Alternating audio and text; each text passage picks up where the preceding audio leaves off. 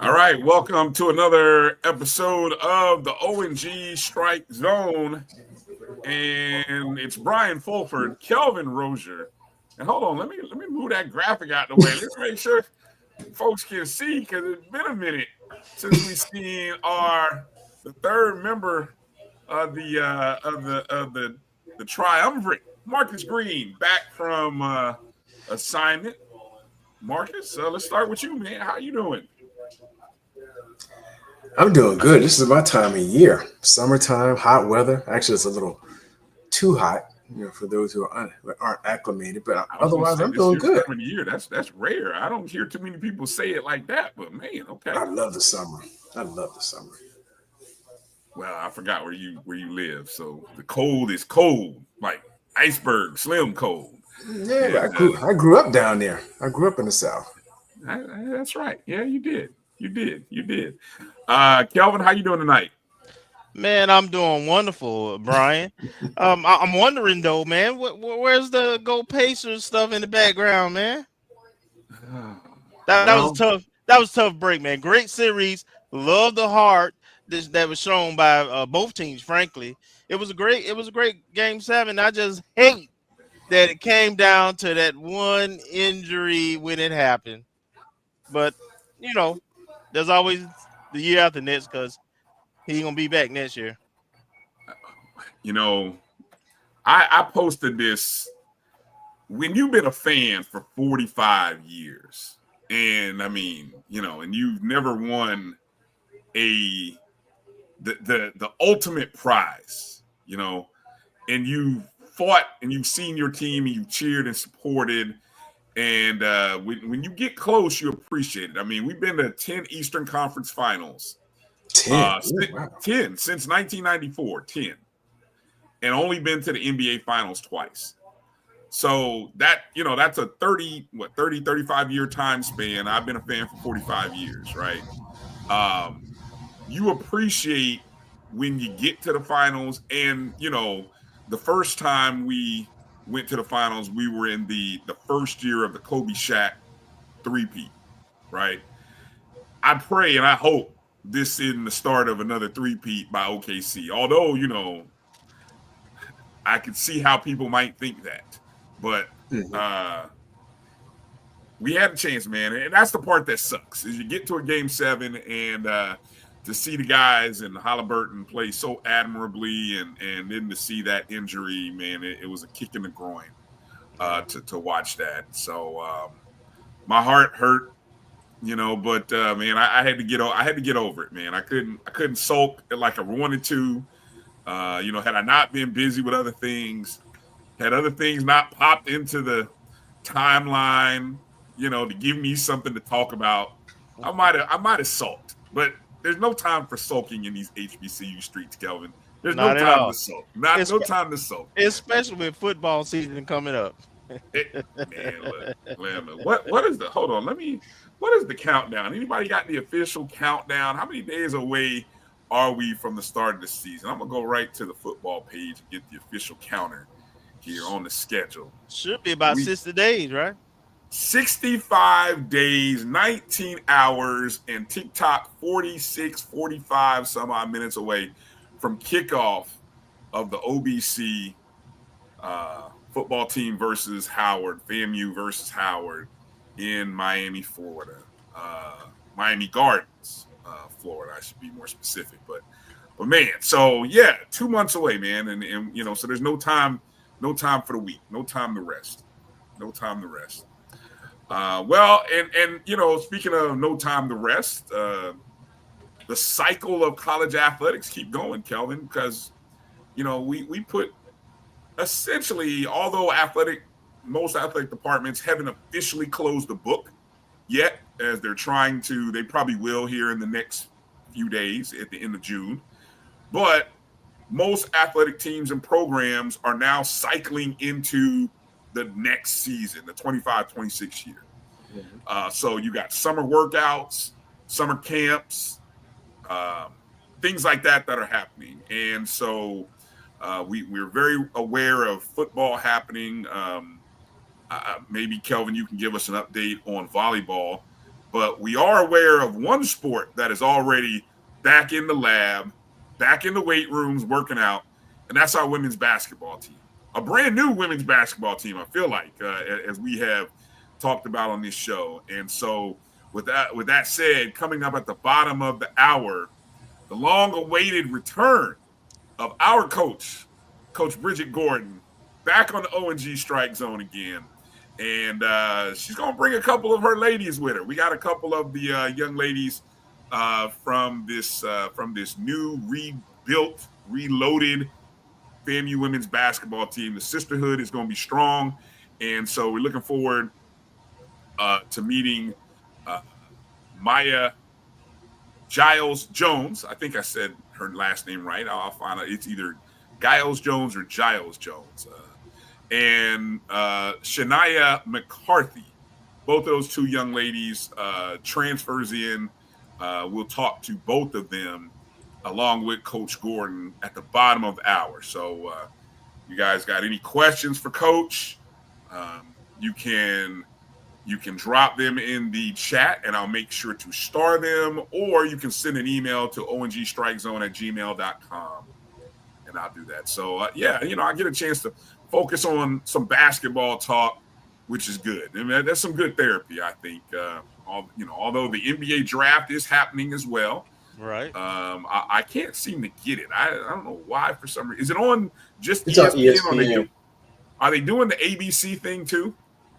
What do you mean? Oh, like the simulcast? Yeah, I think like last year they were doing it on both channels. Yeah. I think they were supposed to be on all the platforms, ESPN Plus and ABC.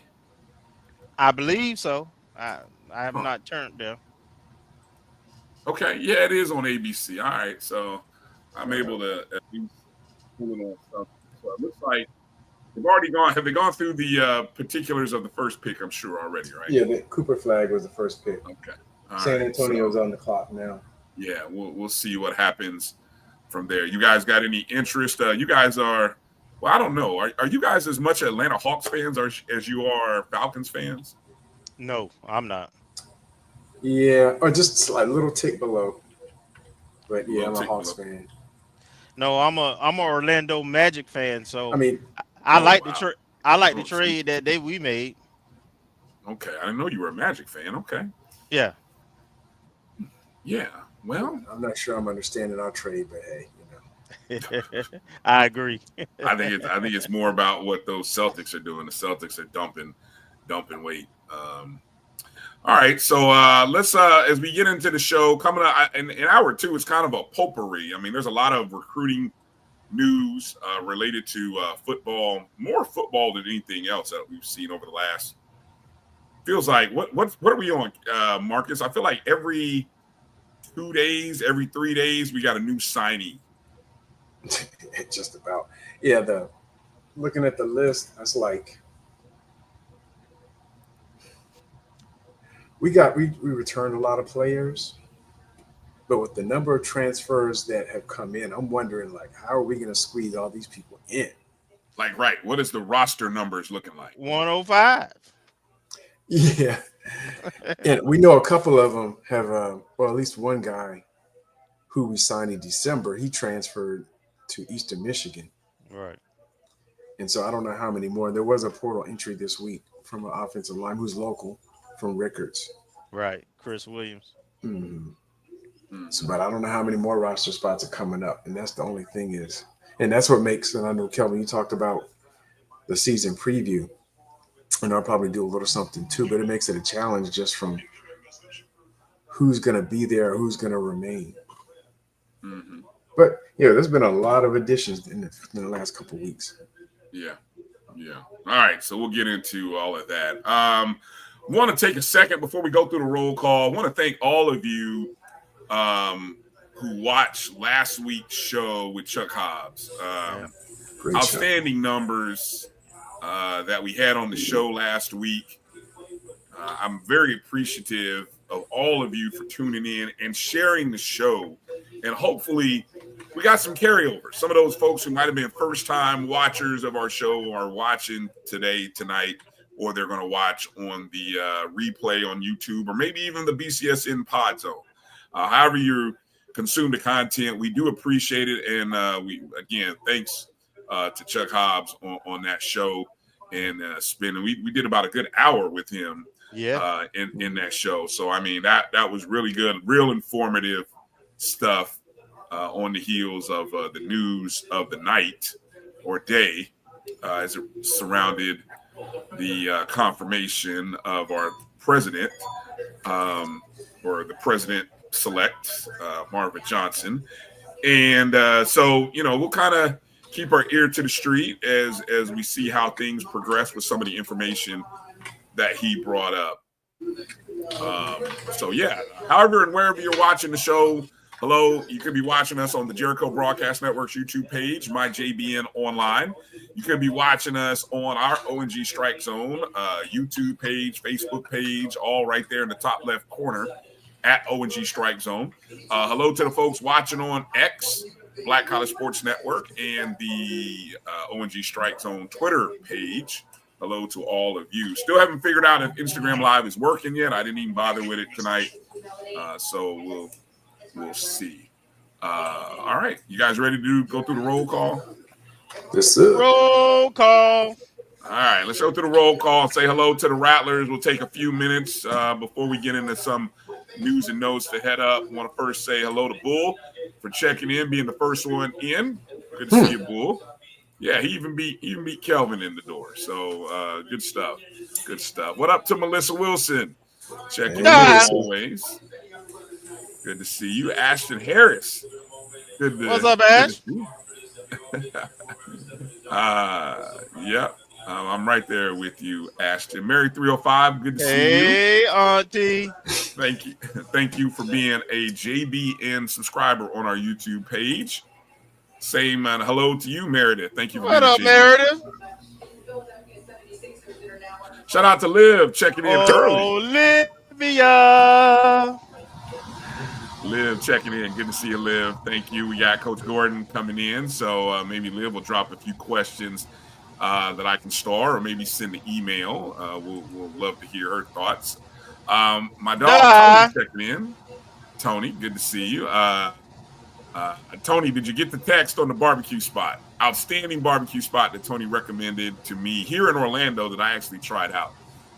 So yeah, it was a bit pricey, but man, was it really, really, really good. Like 5-star on the expensive scale, but still. Well, I mean, you gotta pass that. You gotta pass that information on. 4th of July weekend, I might be in your area. I will share it. If you're coming down here to the 4th of July, I will tell you where it's at. No doubt. Make sure you're following Liv at Liv for Hoops is where you can find Liv. Demetra, good to see you, Demetra. What's up, Demetra? Thanks for checking in. I didn't say Sunday. I wasn't even on the air Sunday, EA. I don't even know what you're talking about. I was busy coaching and traveling back from a team camp over the weekend. Had a chance to talk to our head ball coach and meet Charlie Ward and Coach Jared for the first time, Coach Jared Lazarus. Boy, are they excited about what is coming. I'm going to just tell you that. They are excited. And I'm telling you. And I'm excited too. I'm telling you, man, we're gonna have to definitely we're gonna need those recruits because I do a little peeping at what our former coach been doing over there. Doing a good job. Woo! He's doing a good job. He's stacking it over there. So, B Starks, good to see you, B. Thanks for checking in. What's up, B Starks? Thanks for being a JBN subscriber, Lil Baby. Always What's good up, to Lil see Baby? you. Marcus, checking in. Marcus. Thanks for being a JBN subscriber. See now EA is saying I was talking crazy on Monday. I wasn't talking about. I know what you're talking about, man. EA just starting stuff. Trying to be starting something. Trying to be starting something. Put your Christopher dukes up. Dukes. Get your Put dukes your up. dukes up. Good to see you. Chuck Hunt, as Nashville, always, Tennessee. checking in. Good to see you, Chuck. Alice checking in from the 561. Good to see you. Yeah. Yeah, I agree, Chuck, man. I felt some kind of way too, man. I tell you. The final numbers, though, I mean, look, we knew it was going to draw below what they draw below a 5, below a 4, something like that, below a 5. But games we got a good so I don't know. I'm too close to the sun on it, so hopefully you enjoyed it. That's all I can hope. It was a good series. Yeah. Sermon Jr., thanks for being a JBN subscriber. Appreciate you checking in. Up, JT, good to see you JT. as well. Good What's to up, see Crook? you. Yeah, exactly. Good to see you, Crook, checking in. Exactly, JT. It is Marcus. He's back. Good stuff. Good stuff. All right, so let's hit up with some of the news from that's fresh before we get into talking with Coach Gordon here at the bottom of the hour and the newest members of the ball club. Hold on, Marcus. This is an interesting pick. I got to see who the Sixers are picking here at. What is this, 4, 3? This will be interesting to see who they pick. Are they going to go Ace Bailey? No, they didn't go Ace Bailey. All right, so we think we know. Pick. Yeah. So, all right. I don't know so who what these players are. No, me either.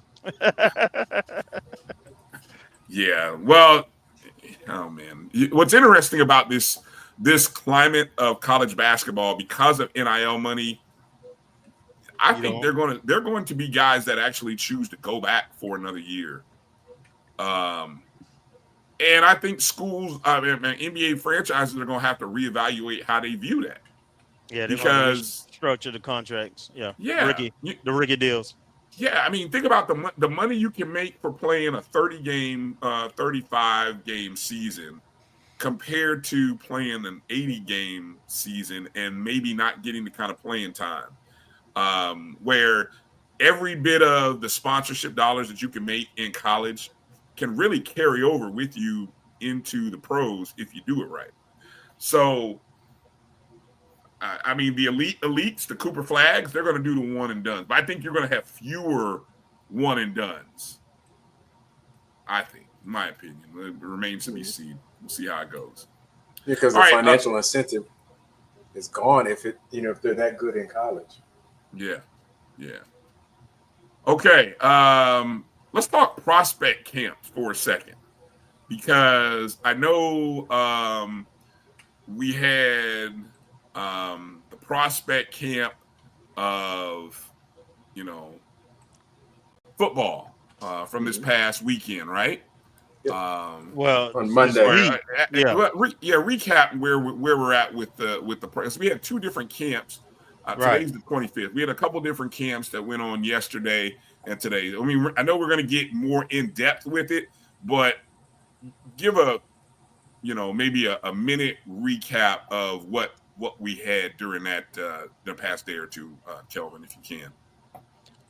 Well, of course, earlier we had the earlier in the month we had the actual high school seniors transfer and JUCO camp that was well attended, and I think we offered around 4 or 5 kids out of that camp. And then this week we have prospect camps, which are essentially kids from high schools. Most of them are regionally around the area. I saw some from Alabama, Georgia, of course, a host of kids from Florida, and the numbers were great. There were looked to be hundreds of athletes, and more importantly, there was a lot of local athletes represented. and some earn offers off of this camp. And there's another prospect camp Friday, the last one. So there's a lot of excitement and buzz around the football program. The brand still seems is the brand. The standards are still the standards. A lot of kids are interested, and a lot of talent is coming to the camps. And then there's a lot of excitement about working with our coaches that we have, and the players we have. So we got the SWAC Media Days coming up that we'll talk about shortly, but there's reason to be excited in Rattler Nation. Let's put it that way. Marcus, anything you want to add? So again, the question I think I asked you offline, have you been able to keep track of the numbers? The numbers of recruits or offers? The offer. Well, two different things, I guess. Are you tracking offers as well? Or, Well, and not to present, but I am tracking offers. That's what I keep in the spreadsheet. But to Kelvin's point, I think, we've seen maybe 6 offers since for this week. We saw, I think, 3 wide receivers. 2 of them were local. I think one's from Leon, one's from Florida High, and one was from Fort Myers for the wide receiver bit. And I think we offered 3 offensive linemen, 2 from MacArthur High School down in South Florida, and 1 from Monarch. Now, I don't know. I'm assuming they participated because their offers came Monday. So I don't know if that's just an extension of their recruiting trip they took earlier in the month or late last month, or if there were offers made via the camp. But we've had at least 6 offers. Let me see, 1, 2, 3, 7 offers since Monday. And 3 of them were 2 offensive linemen,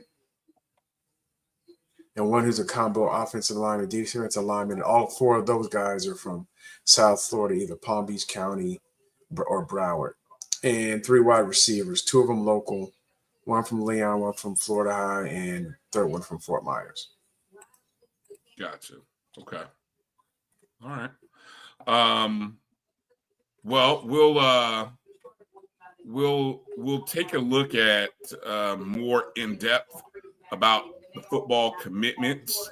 Maybe even give an analysis of numbers. I don't know, Marcus. That's you always kind of keep track of those things. So we'll kind of get into that a little bit in the second hour of the show.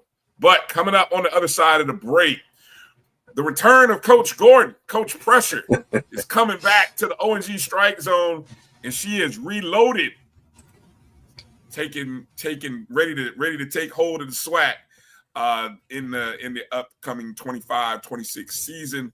So we got a lot to do, a lot to catch up on with Coach Gordon, and then we'll get a chance to meet a pair of the new Lady Rattlers that are going to be a part of this year's team. So hang tight with us. Drop your questions in the chat, or drop them in send us an email, ongstrikezone@gmail.com is where you can do that. So hang tight right up to this break. Coach Bridgette Gordon joins the show right after these words. You're watching the O&G Strike Zone right here on the Black College Sports Network. We'll be back in just a moment.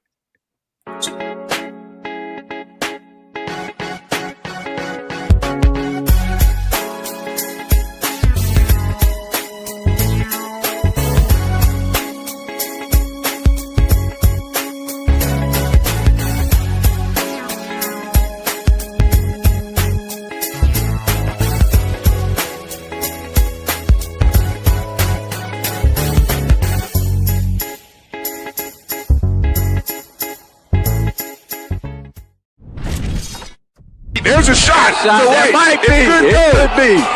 Right field. Grand slam. What a shot. That's how you get hot, young fella. Thank you guys for what you do for HBCU athletics. This is a fantastic avenue for all of us. This is our ESPN, so we love what you guys do, and all you guys at BCSN. We really appreciate what it is that you guys do for us. The human voice has always connected audiences with experiences. Major brands all across America have trusted Kever's voice time and time again. Conversational, powerhouse, intelligent, and sincere. That's the voice you need for your creative marketing process. KEAVERSVOICE.com. Kever's Voice, Kever's Voice, KeversVoice.com. Always on, all the time. This is Bryan Fulford. AD Drew and I are co-hosts of the BCSN Sports Wrap. We talk about all things related to HBCU athletics. From the games, teams, coaches, and fan interest stories, we cover it all. You can find our shows on Facebook at BCSN Sports Wrap, YouTube at MyJBN Online, and everywhere you listen to podcasts like Anchor, Spotify, Google, and Apple Podcasts. You can also find the show on the Jericho Broadcast Network's app. Make sure to download. We look forward to you joining the conversation and being a part of the show. Football fans, HBCU football is back in the ATL with the Cricket MEAC SWAC Challenge Kickoff. Representing the MEAC, North Carolina Central, and representing the SWAC, Southern Eagles, Jaguars, the Marching Sound Machine, the Human Jukebox. The kickoff trophy is up for grabs, and bragging rights are on the line. The rivalry is real. Bring the family and join us pre-game for the fun-filled Coca-Cola fan experience, including band jamborees, food, activations, and fellowship. For tickets and information, visit MEACSWACChallenge.com.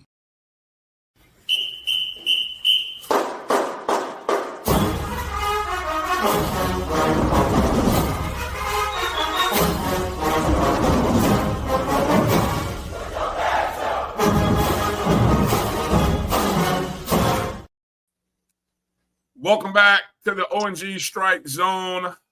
Bryan, Kelvin, Marcus, and joining us once again back on the ONG Strike Zone, Coach Pressure, Coach Bridgette Gordon, returning to the ONG. Coach, it's good to have you back. How you doing, Coach?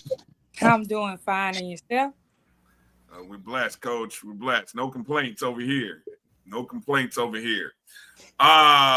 Hey, let's get into it. I mean, obviously, we haven't got a chance to catch up on the end of last year, and so many things have gone on into this year.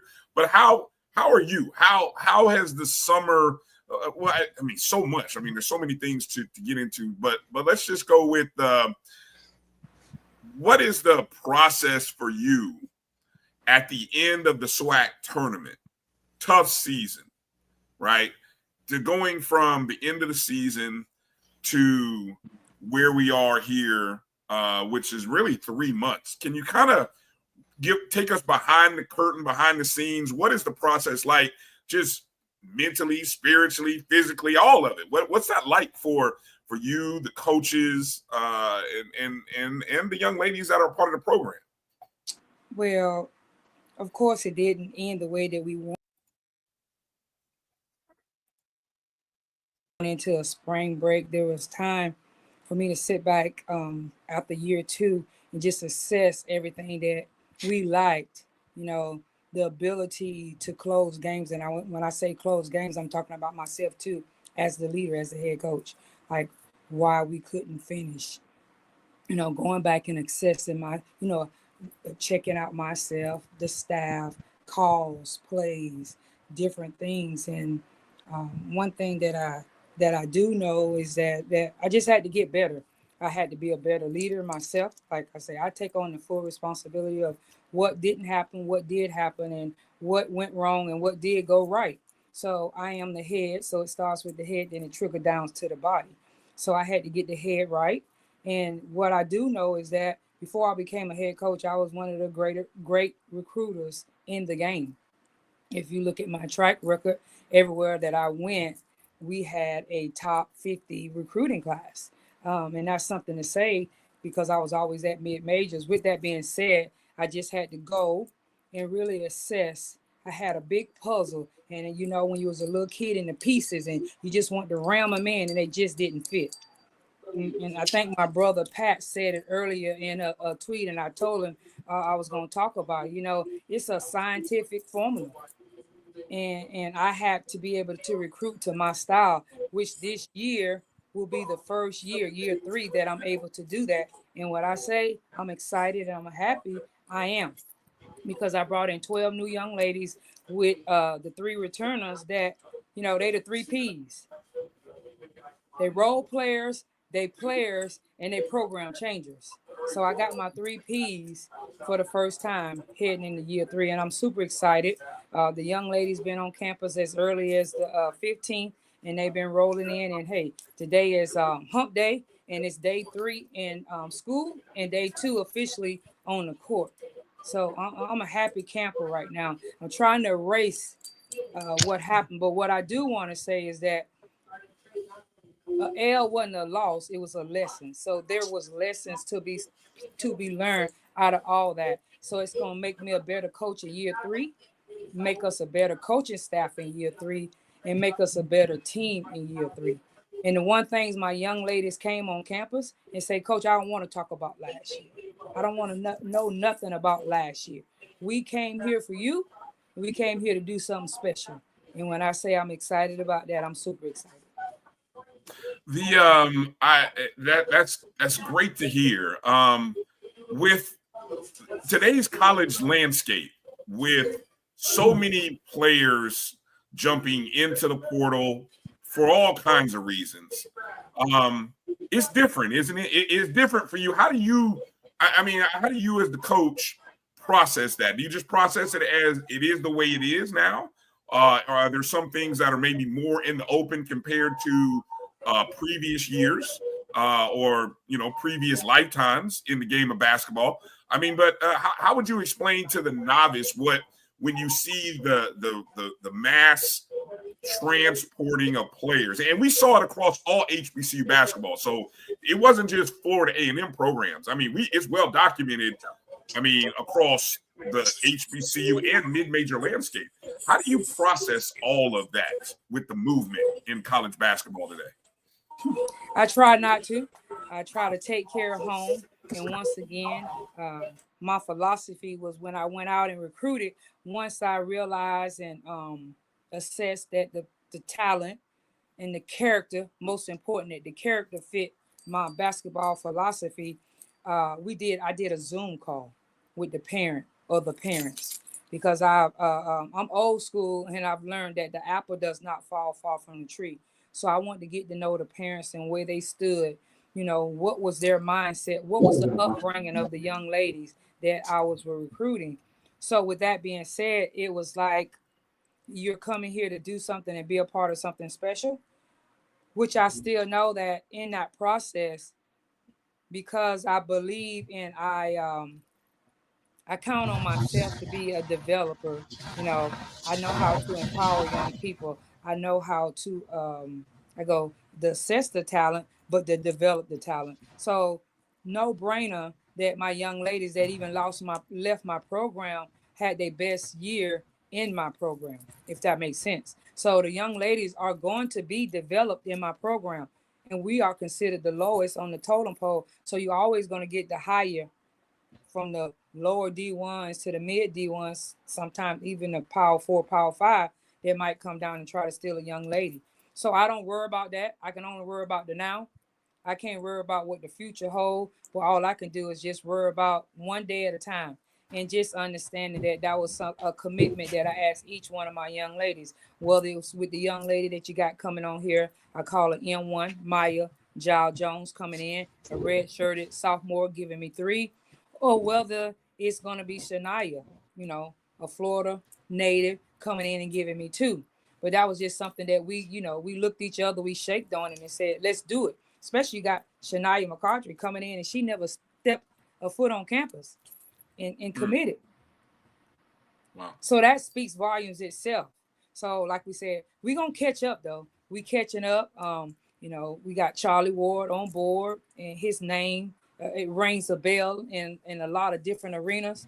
So we are collectively coming together, and we're going to put together a package. But right now, we both putting our head down and just working on what we have now to get to where we need to go later, right? It didn't. I like to say, Noah didn't build an ark overnight, right? Michelangelo didn't build that masterpiece overnight, but we're going to put together our pieces and make something successful. And, hey, I tell them all the time, it's so great to be a Rattler right now. If you look at the construction and everything going on campus, regardless of what else being said around, I told my ladies, when we come to the snake pit, it's just about business. That's our safe haven. And you can just ask them how they feel since they stepped foot day one on campus.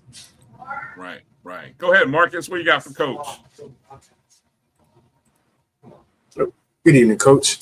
Thanks for coming back. I guess what I wanted to ask, and I guess Bryan alluded to it, what level of challenge with the roster turnover that we're seeing in college basketball? How much of it is it more of a challenge to have everything mesh, or more of a open slate where you can create your own team as we're seeing year after year? And what are your expectations going into this year with essentially a lot of new faces coming on campus?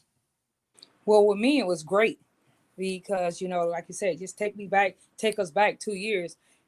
My team was already here, and I did not have the autonomy to recruit anybody.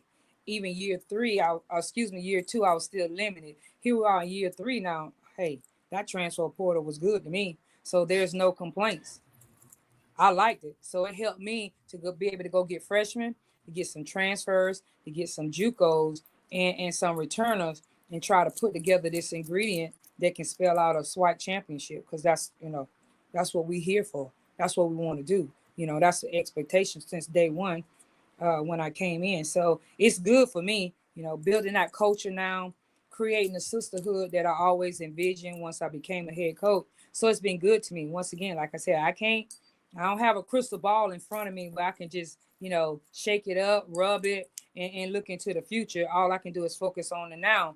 And with that being said, it was so important that all 14 of my young ladies are on campus and we building chemistry. And that's the most important part when you got so many pieces together. But the most important part is they already know their role. Like I said, you got to have the 3 Ps: role players, and program changers. And I have 3 Ps in all of them, and they're willing to do whatever it takes in order to be successful. I had found myself in the first 2 years forcing people to be take on a role that they weren't comfortable with, and they weren't good at it, right? For the sake of the program and where we were. This time I was able to get the pieces to put in the puzzle that actually fit, didn't have to file them down, didn't have to change them.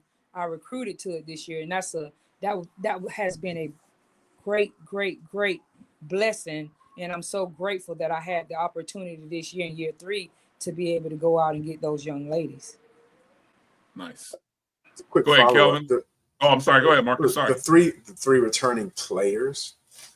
Could you provide names and what roles they play?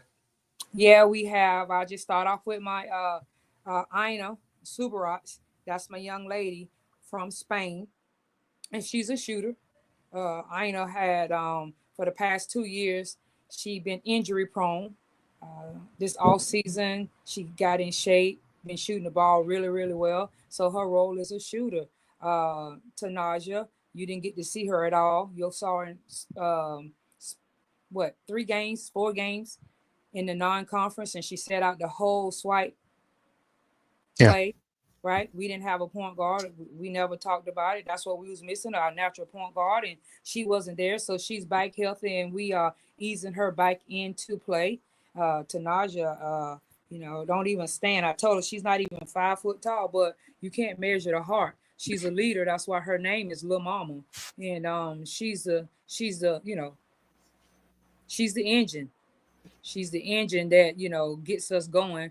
And whether it's on the sideline right now talking, and then we have Zakiya Carter Ransom coming back, Big Z at 6'6", a little bit better than where she ended because she worked hard this summer.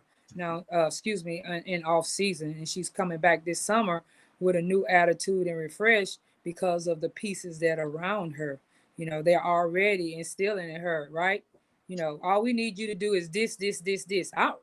It's been so great just the first 3 days just to sit back and let them talk and handle it. I'm just giving out the instructions and they taking on that leadership role. So I'm happy about that. But those are the 3 young ladies that, returning into the program. That's their role. Mama is a natural point guard. She loves to pass the ball, get down here quick. She's, like I said, I call her Mighty Mouse. She's real fast, get downhill, but she also have the abilities to get behind the 3-point line and knock it down. So those are my 3 returners that's coming back, and 2 of them are seniors, and Lil Mama will be a redshirted junior back into the program with some experience coming back in the SWAC. So I'm happy for that. Thank you. Good stuff. Go ahead, Kelvin.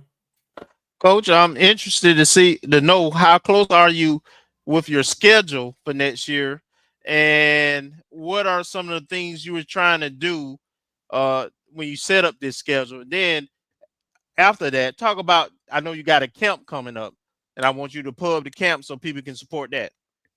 Well, non-conference schedule is final.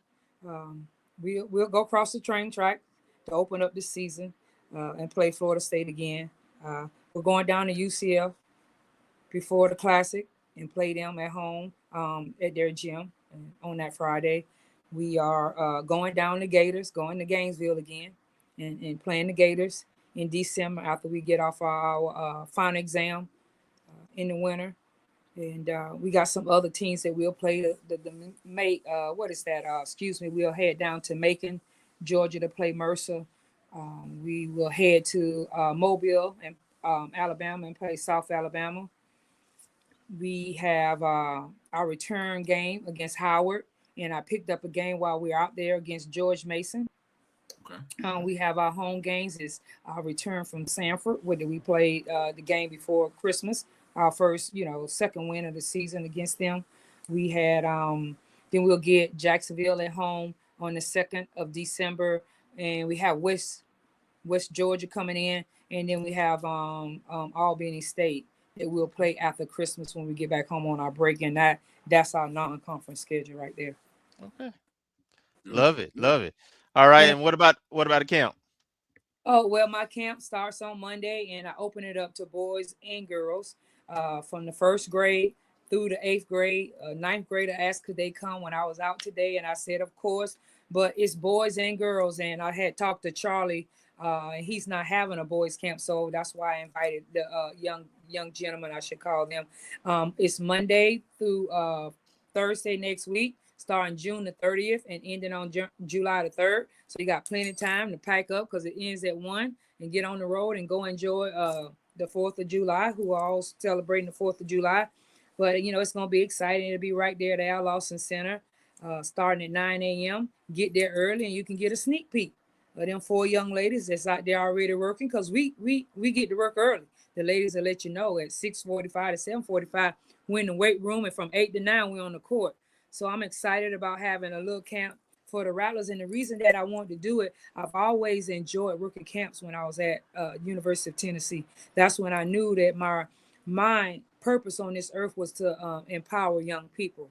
And as I grew older, I'm an empowered woman. So empowered women empower women. And that's what I do for my young ladies. But I want to empower people and young people in general. And the fundamentals of the game is gone away. So I want to teach the basic fundamentals to the babies, to the little ones.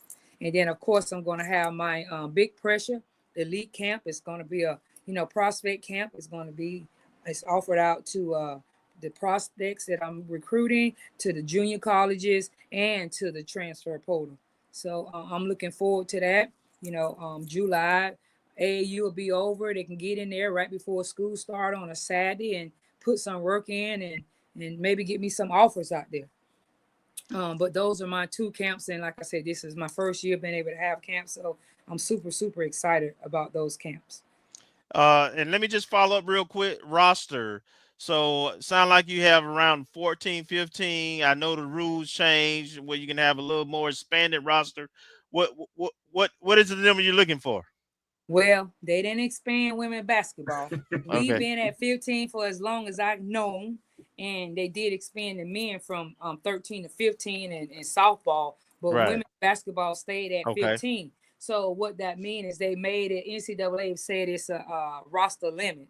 Right. And with that being said, with us having 15 scholarships, my first priority is always to give out 15 scholarships. Okay. So there's limited spaces for anybody else except for those 15 scholarship young ladies. And I am at 15. I brought in 12 newcomers and with the 3 returners. So we're at 15, and that's our roster limit.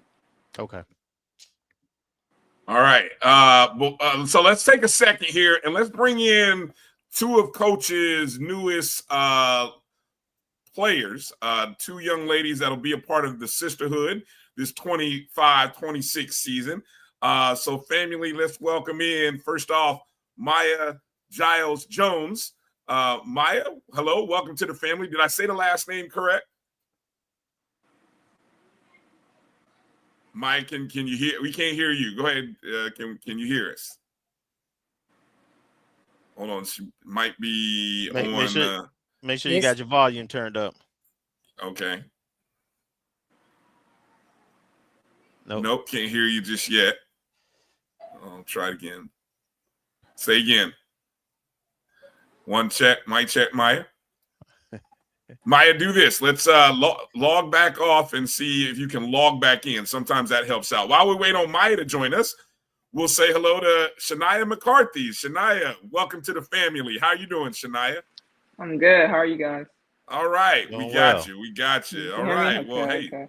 we are great, and we'll have Maya join us in a second. So, well, Shania, just to give people who may not be familiar with you, you are right out of Wekiva High School, right out of my home, right here in Orlando, where I'm from. And most recently, well, tell us a little bit about where you were transferring from, and how FAMU, why Coach Gordon, without even making it on a visit to campus. Okay, so I'm Shania. Nice to meet all you guys. I originally came in from a JUCO in California. It's called Cerro Coastal Community College. It's located in Ridgecrest, probably about 2 hours away from LA. I think what draw me so close and wanted me to come back to FAMU was just Coach Gordon in general. Like, she can tell you, our conversations from the beginning was like, I wasn't really as interested. She was putting a lot of effort, and she consistently kept calling me and building a relationship, which I think is essential for me specifically, because I feel like I don't want to be in a program where it's all about basketball. It's more of a family as well. So she just provided that motherly sense to me. And not just her, just the assistant coaches as well. We got, two Black men on the staff, which I think is important for someone who really didn't grow up without a father, to have that father figure on staff. So I think I didn't even have to come on a visit to know that this was home. And, I've been in California for about 2 years, so it was just nice to be back home, closer to family. Nice. And I think we got Maya. Maya, we got everything good. Let me hear you, Maya. How you sounding? Yay, there we go. All right, family, welcome Maya Giles Jones to the show. Maya, I think I said the last name correct, so I got it right. Why don't we welcome to the family? Why don't you introduce yourself to us? Let us know where you came from, and what brought you to FAMU. What attracted you to FAMU and to play for Coach Gordon? Okay, so I'm from Fayetteville, North Carolina. I'm transferring from Florida University. It's in Bronx, New York. It's in the A10. What brought me to FAMU was I was getting recruited by a lot of HBCUs, like when I went in the portal. So when I had coaches say different things, everybody trying to, pitch, whatever they want to sell. So when I talked to Coach Gordon, I actually met her through another coach, but when I talked to her, it was just like a lot. She was losing a lot of players. I had, noticed that.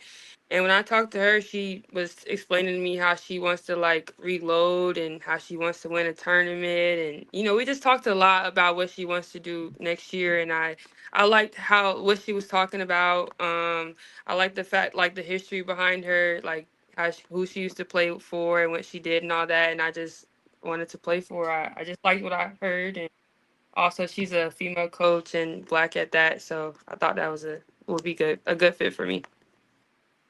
Nice. Let me give it over to Marcus. Marcus, I'll let you ask first set of questions to Shania and Maya. Good evening to both of you ladies, and welcome on the ONG StrikeZone.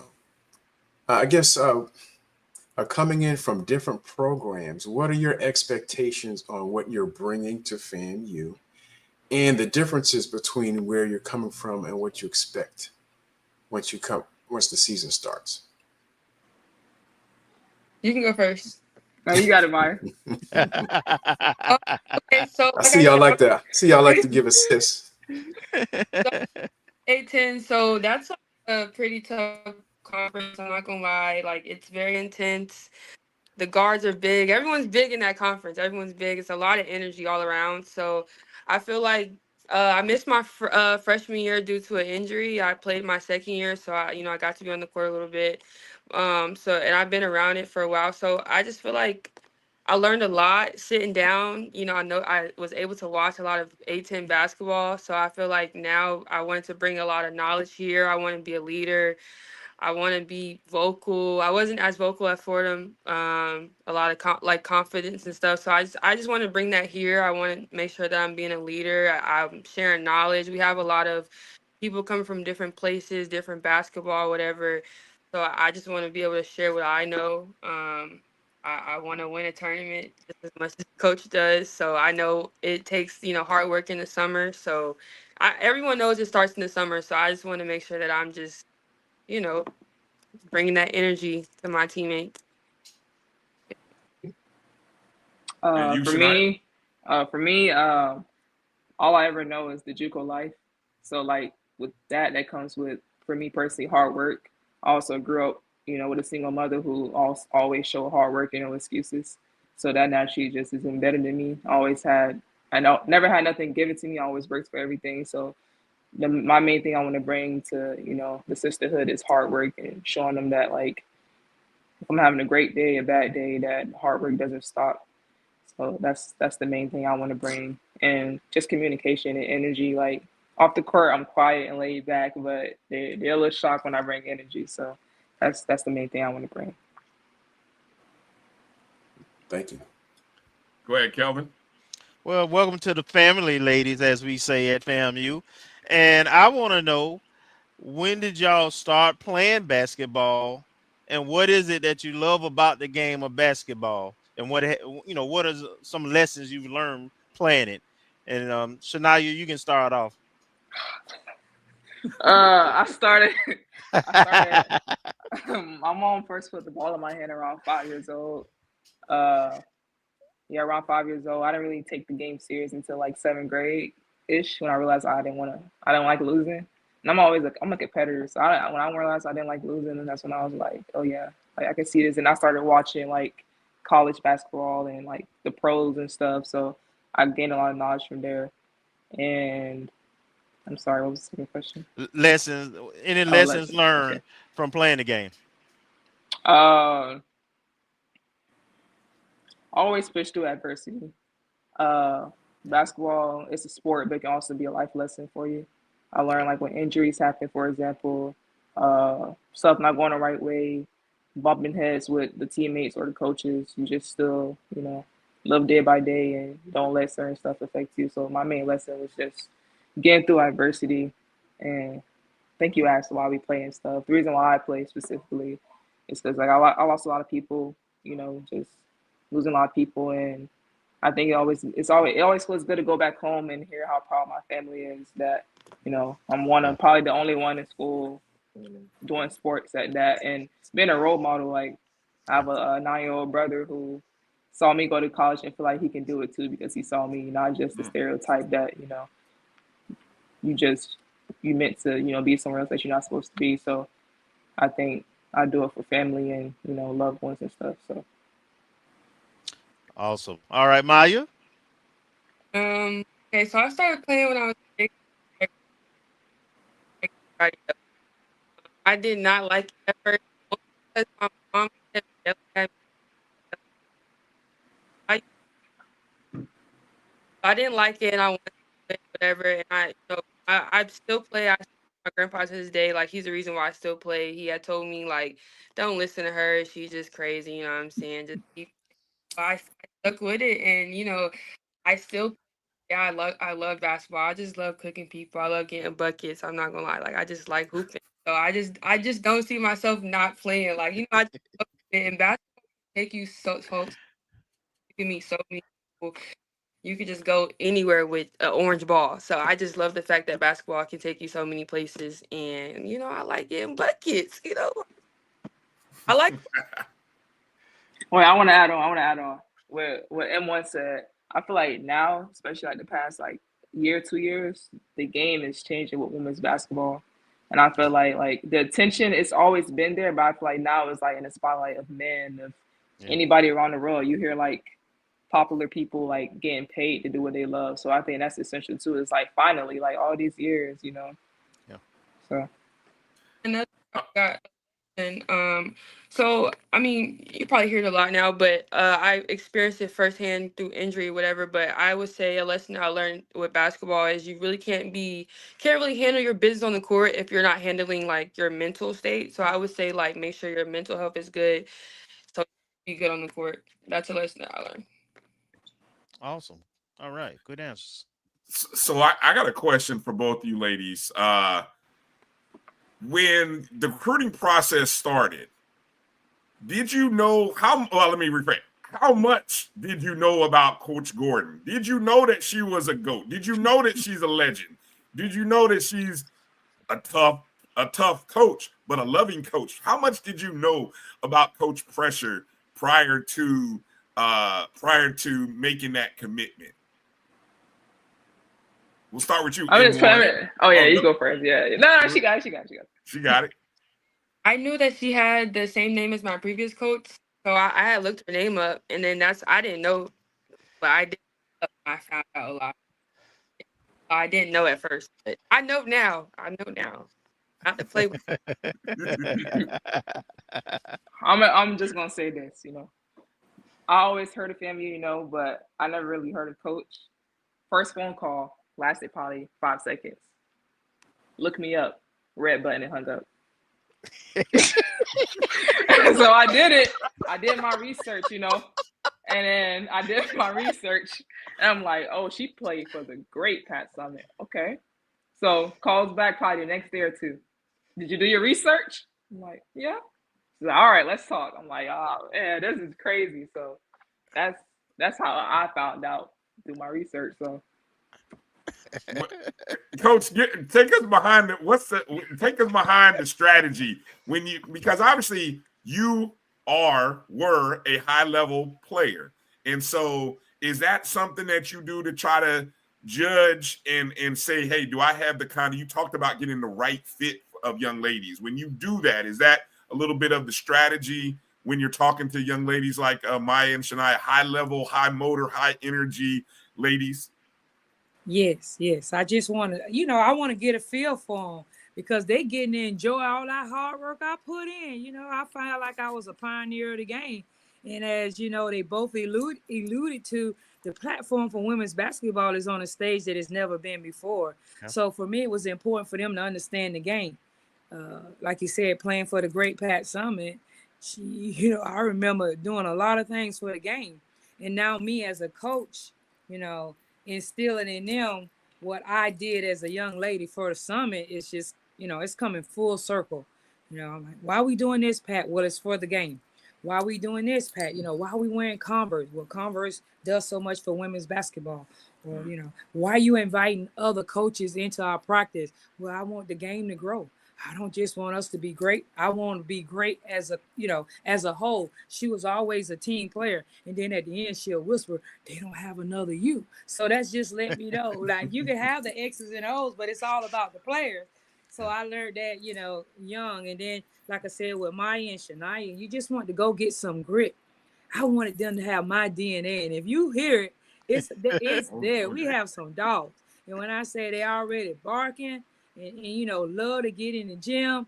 Them two right here, they always gonna be in my office, or they only a phone call away. They want to know. I think Maya and Shania have a track on me because they just know exactly. It seems like I just get ready to leave the office, and it's my M1 coach. Where you at? You just left? I'm like, huh? What are you talking about? Maya, Shania come around. Coach, where you at? I'm in the office. I'm gonna just come on over. I ain't got nothing else to do. I'm bored. Let's just talk. And that's just something that I love, where you can just sit down and it's not about basketball when they come. It's about life skills that they're going to need in order to be successful. And they both are bright young women, right? They not just on the court great, they're in the classroom great. A little bit about Maya, transferring in a lot of her hours, you know, a little upset because she didn't work hard. Has a lot of her hours that didn't transfer in. I say, look here, man, don't worry about that, M1. You got 3 years with me. Before you leave, those credits some way gonna make themselves up. I promise you that. I guarantee you that it'll find a way. But just, you know, just have fun. Just relax. You'll be good. And then Shania, you know, she didn't tell you the story. She started off at Daytona State. And like you said, I told you earlier, every loss is not a loss. It's a lesson. And she learned her lesson. Didn't get what she needed to get then. But guess what? Investing in her own self, taking online classes there to make sure those other hours that she worked so hard for transfer in, that let me know what type of young ladies I have. That you're going to invest in yourself. That you paying $600 to go get 6 credit hours to make sure you can get all your 18 hours of transferring in. Wow. Did I tell you? Y'all know it though. Rattler Nation, the number one public HBCU. So they all did what they had to do in order to get here, and that's a beautiful thing. Mm-hmm. Nice. Let me ask Maya and Shania regarding how much or how familiar were you with the SWAC? Or how much have you become familiar with it since your commitment to Florida A&M? Obviously, Maya, you played in the A-10. Shania coming from JUCO out in California, definitely different on 2 different levels. How much familiarity or just what have you been able to find out about the play, the competition, being for the SWAC, playing in the SWAC? We'll start with you, Shania. How about you? You start. Before like Coach Gordon and FAMU was even interested, or any other, SWAC school was interested, I'm like a film junkie. So like I'll just watch random synergy. I just watch random people play random people. And, I ain't gonna say the name because Coach don't lie, but that school in Daytona Beach, those Wildcats, they played FAMU or whatever. And I don't know why I just clicked the game. I just watched it. So basically, before I even knew about, Coach Gordon, I was already watching their clips and film on everybody in the SWAT just to see how it is, because I know every league and conference is different. And what I got from it was athleticism and like just energy. That's what I got from it. And then obviously, like after my commitment, that's when watching all these schools went down to watching how coaches on the sideline, how she talks to her players, how, players' responses when they get subbed out, how, what type of offense, defense they run. So I'm a player of the game. So I was just taking notes and, seeing how everything was last year and see where I can fit in and how I can be better than, the person that was before me. So. Nice. How about you, Maya? Oh, we're losing you a little bit. Are you on a headset, Maya? No, can you hear me now? It's a little low. You're might be under. You sound like you're underwater a little bit. All right. Why don't we? You want to try to see if you can? Yep, she'll try to log back in and see. Coach, while we wait on Maya to come back, let me go to a couple of questions that the good folks in the chat room have for you. How do these recruits differ from last season when you do the complete reload? Are there some early signs of these players being competitive and having that winning mentality that you're searching for? Yes, it was all in the conversation piece. Like I said, the character had to fit first before even, we dissect can they play and what role and what piece they was going to fit in the puzzle. So absolutely, like I combed, went through it, graded it, went back, rewinded, and watched. I was very, very decisive in bringing young ladies into the program just because I'm a tough coach, right? Tough meaning passionate, full of energy, and that's what the ladies said. They know it. They can feel it in the conversations that I was having with them. And it was all about building that relationship.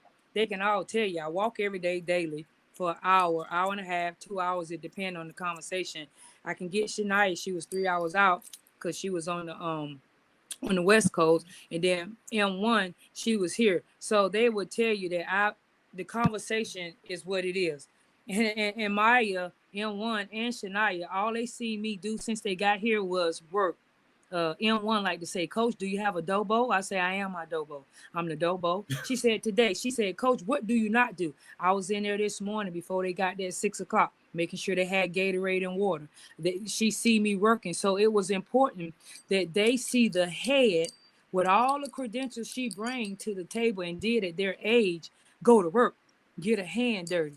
So they know that I'm all in. And I'm going to work hard, just as hard as they do, to make sure everything is what it's supposed to be. Because I told them, they heard about it. Oh, coming to the HBCU, you have this, you have that.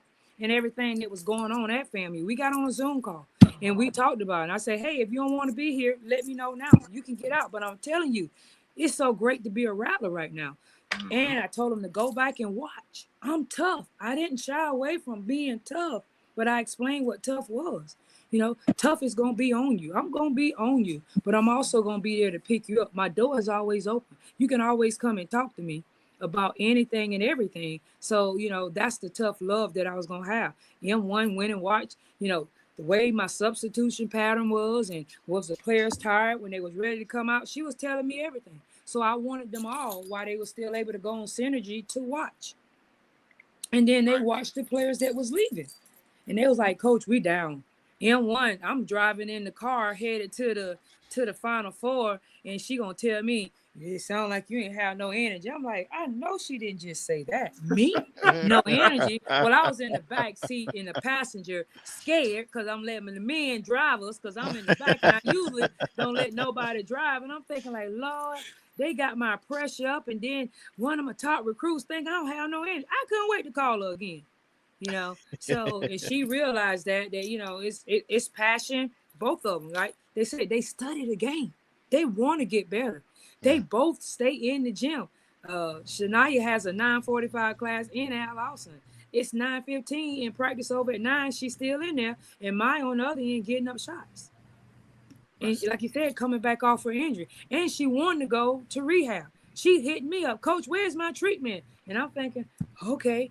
Now I'm finna be the trainer. I'm gonna find out whatever they need. They understand that I'm here, just like I said, and they know it's just the beginning, but it's where you start from. And like they all say, we all know that it starts in the summer.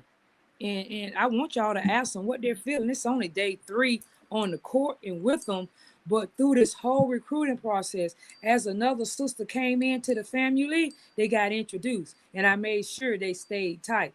I had the freshmen in the group.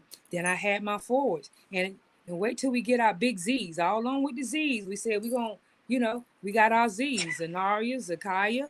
We got Briasia. You know, we got Zaina. So my big girls, I let them start. And like M said, and just like Naya said, they coming and bringing their own, you know, leadership. Whatever it is, they know their role. And they act like they've been here before.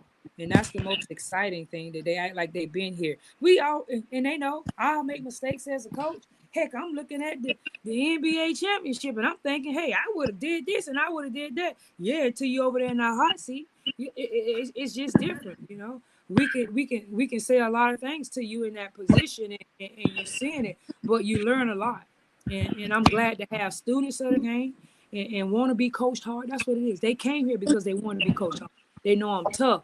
But when the last time I checked, ain't nothing easy out here that's going on in the world today. It's tough right now. It's tough being them. And so I will do them no justice if I'm not teaching them everything that they're going to need when they do put a foot out that door and then they on their own. I want them to be able to stand the same way I was able to stand as a 22-year-old going to a foreign country in Italy, in Como, by myself, learning the language, speaking the language fluent to this day that I stepped in the country since 1989. That I want to give them that same experience, and I want to be there for them the same way Summit was there for me. We went to church together. I asked them, did they want to come? I asked them that a long time ago. They beat me there.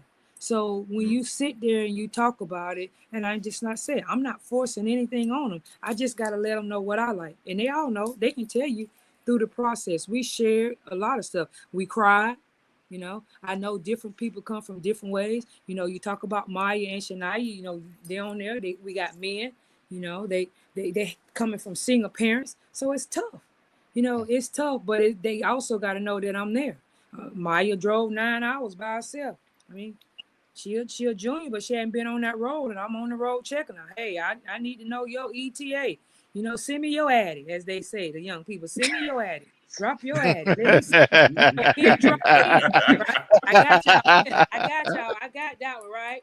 I got it. So, you know, as an older coach, as an older coach, you got to know the nuance of the game, and they keep me young.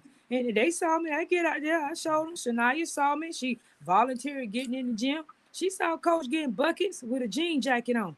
I told him that. Maya seems like the one that would challenge you, Coach, to a shooting contest. Yeah. Does that happen? Oh, yeah, she gonna try me now. She gonna try me. She sizing me up now. She think I ain't looking. She sizing me up. She coming to the office every day to size me up. You know, that's just like what them rattlers do. You know, they'll sleep in the bed by you. All they doing is measure you up because they get ready to eat you. That's Maya. She coming to the office every day sizing me up. Like, Coach is going down. Let me see. I'm gonna take out one kind of way. She sizing me up. Oh my gosh, Maya! Before we lost you, we had asked a question about how much of the SWAC have you had a chance to watch, preview, to look at. You know, Coach talking about you guys being film heads. So, what's your thoughts on what you saw from your views of the SWAC? Can you hear me? Yes. We got you. You're good. You're good. So I only watched a few of their games, the last few of their games. So I just noticed it looks very like gritty, like, you know, everyone's, you know, plays a little hard, a little, you know what I'm saying, a little intense. But I did talk to a few people. A lot of people have been giving me warnings, I guess. They said everybody, I don't know, everybody is not crazy, but they tough, I guess, in this conference, I guess. And, you know, people like to start stuff and, you know, talk trash, all of that. So I'm actually excited, you know what I'm saying? Because I talk trash too. So this is my type of conference, you know what I'm saying? I'm excited. I have got a lot of warnings though, so I don't know. They don't know me either though. So it's like I'm listening, but they don't know either. So I'm excited. I don't know much, but I'm learning. I'm asking questions every day, so I'm learning more and more every day.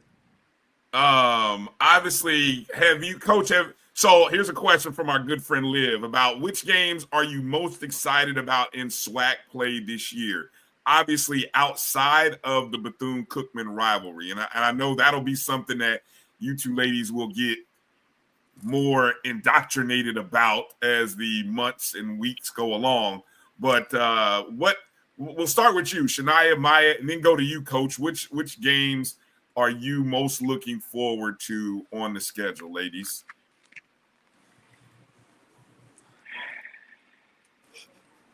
I'm excited for all of them, actually. The championship game.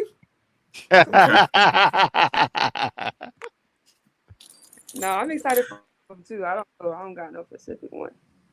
Okay. Yeah, I'm excited for all. I think it'd be nice to see, like, because, you know, all I know is, like, playing against JUCO players. So it'd be nice to see people that potentially would go pro and, you know, bigger, stronger, faster people. So I'm excited for all the games, actually. Right. And maybe, Coach, a different way of asking a question for you, the evaluation of what you've seen in the SWAC over the past 2 seasons. You know, you maybe had one perspective prior to being in it, and now that you've been in it a couple of seasons, has your evaluation and thoughts changed in any way, or is it kind of what you thought it was going to be? It's what I thought it was going to be. You know, everybody in the SWAC gonna press. So to me, it's, you know, being able to finish in the fourth quarter, bring it on in from the past 2 years. That was something that we're doing on a consistent basis. You know, year one, we're having Ariana Grizzle, once again, the SWAC player of the year, to really not last year having a go-to player late in the game, or go-to players, I should say, because I feel like we have go-to players in the sisterhood this year. I'm looking forward to being able to finish games in the fourth quarter. Excited to see where these young ladies are, because they go back. M1 went back. Shania went back because I told them to watch. You know, the SWAC is a pressing team. Guards are fast. They quick. You know, we gritty. We might not have the skill set at every level. That meaning when I say level, on every position, but the guards are gritty. And I'm excited because I think that our post game has gotten better. And that was one thing that we was lacking, that I thought if it was just a 1% better last year, we could have had a different outcome, even without our point guard that didn't play a game in the swipe. So I'm just super excited to measure where this team is going to take us, and how high we're going to fly in year 3, how quick we're going to mesh and gel together as a group. That's the most important part, and that's why this summer is so important for us. But I'm excited for them all. We know we open up at Cookman, so we ready for that. Then we coming home for the champions, right? Southern and won the swipe the last 2 out of 3 years, and when they first won it, I was watching that at Cincinnati when they upset, and took that in when they beat Jackson to get to that championship. So I'm super excited, like the young lady said, for all the games. It's not one in particular. I'm ready just to go in and see where we at. And I'm betting on us. I love to hear that. Marcus, any final questions for Coach or Shania or Maya? Yes, sir. For Shania and Maya, I want to ask, who are your basketball inspirations? And I don't want to say idols, because we don't want to make anyone an idol, but who are your basketball inspirations of any time period or any league or any gender? Go. Okay, for me, male-wise, it's Kobe Bryant.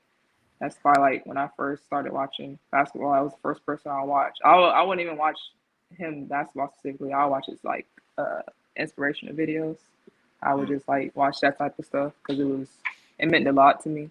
And for female, Maya Moore and Arika Gumale. Yeah. Okay. I would say for me, it's probably LeBron James. That's the person I watch the most. I watch him like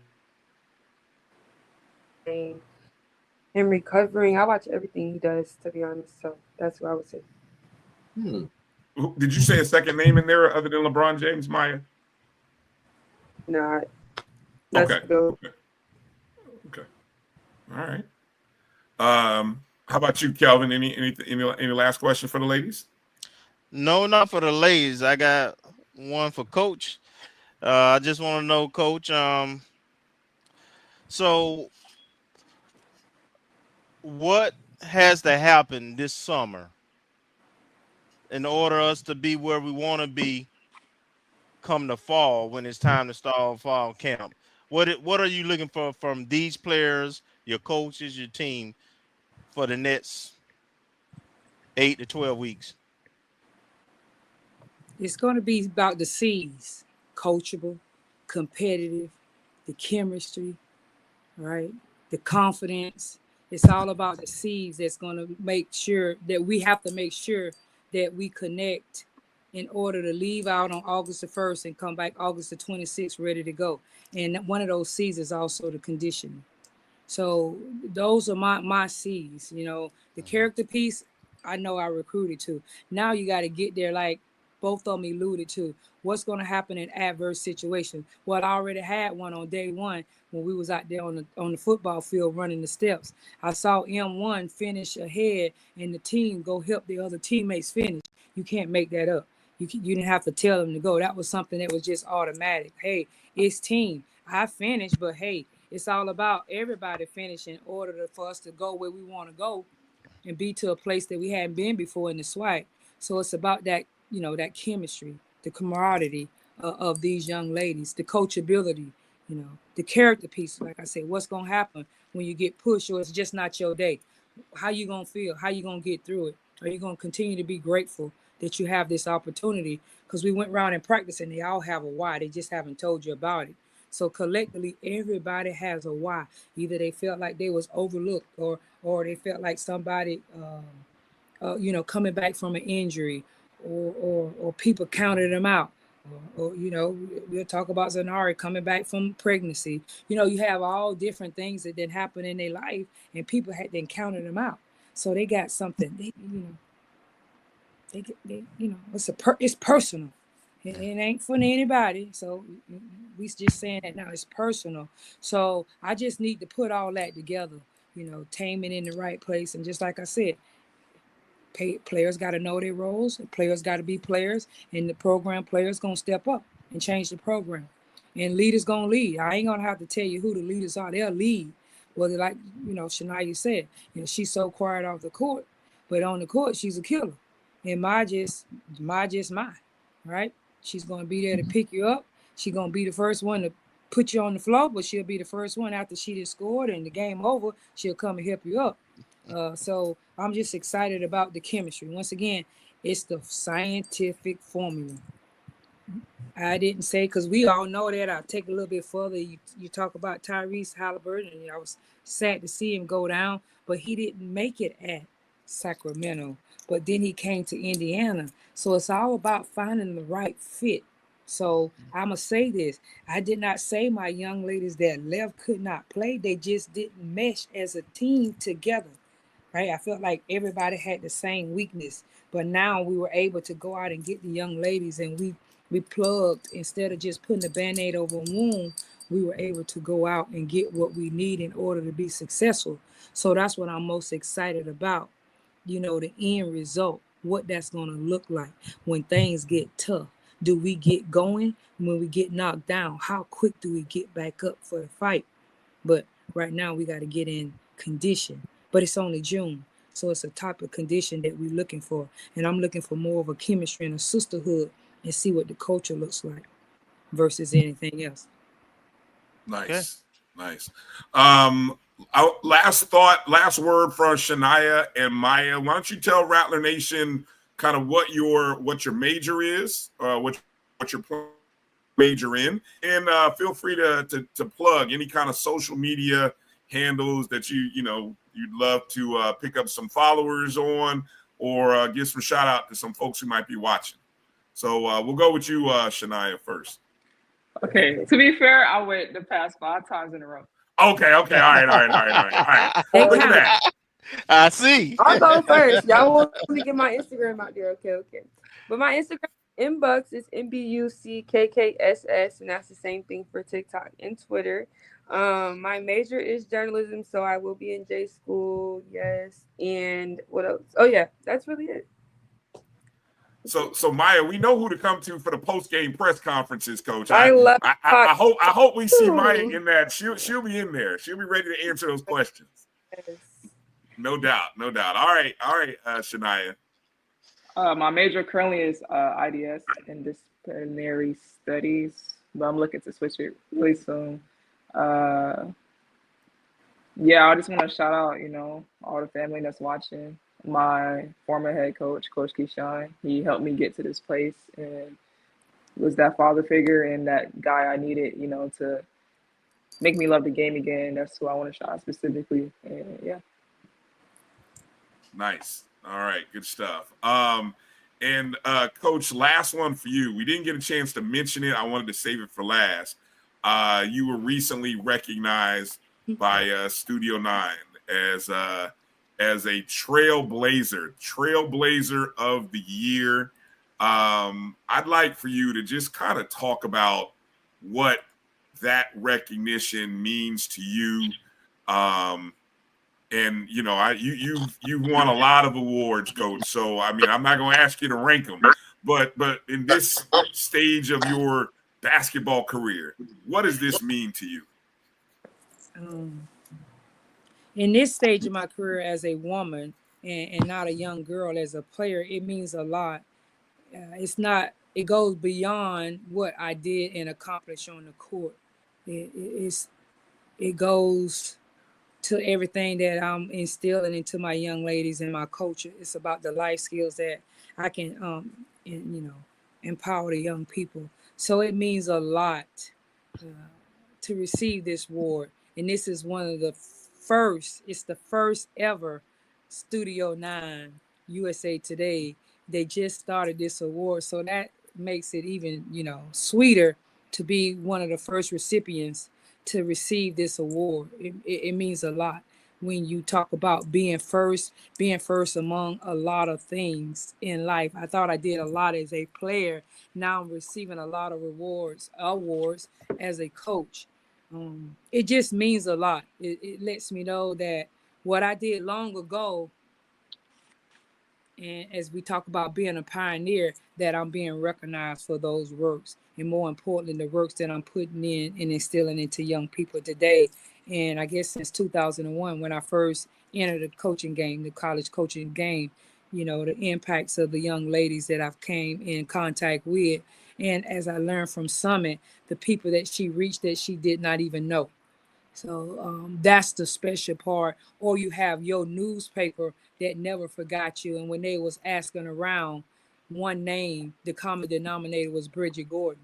So, it means a lot.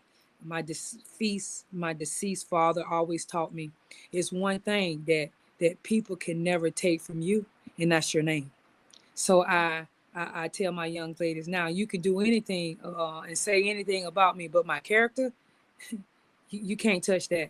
And everybody knows, anybody that has been in the same room with me, spend a second with me, they understand that my character means more than any other thing, because that's my name, and that's where my generation lives on through that. So the Trailblazer Award, I'm super excited, and I'm happy to be considered one of the, trailblazers of this game for young people. And I'm just happy, grateful, and all honor and glory goes to the Father.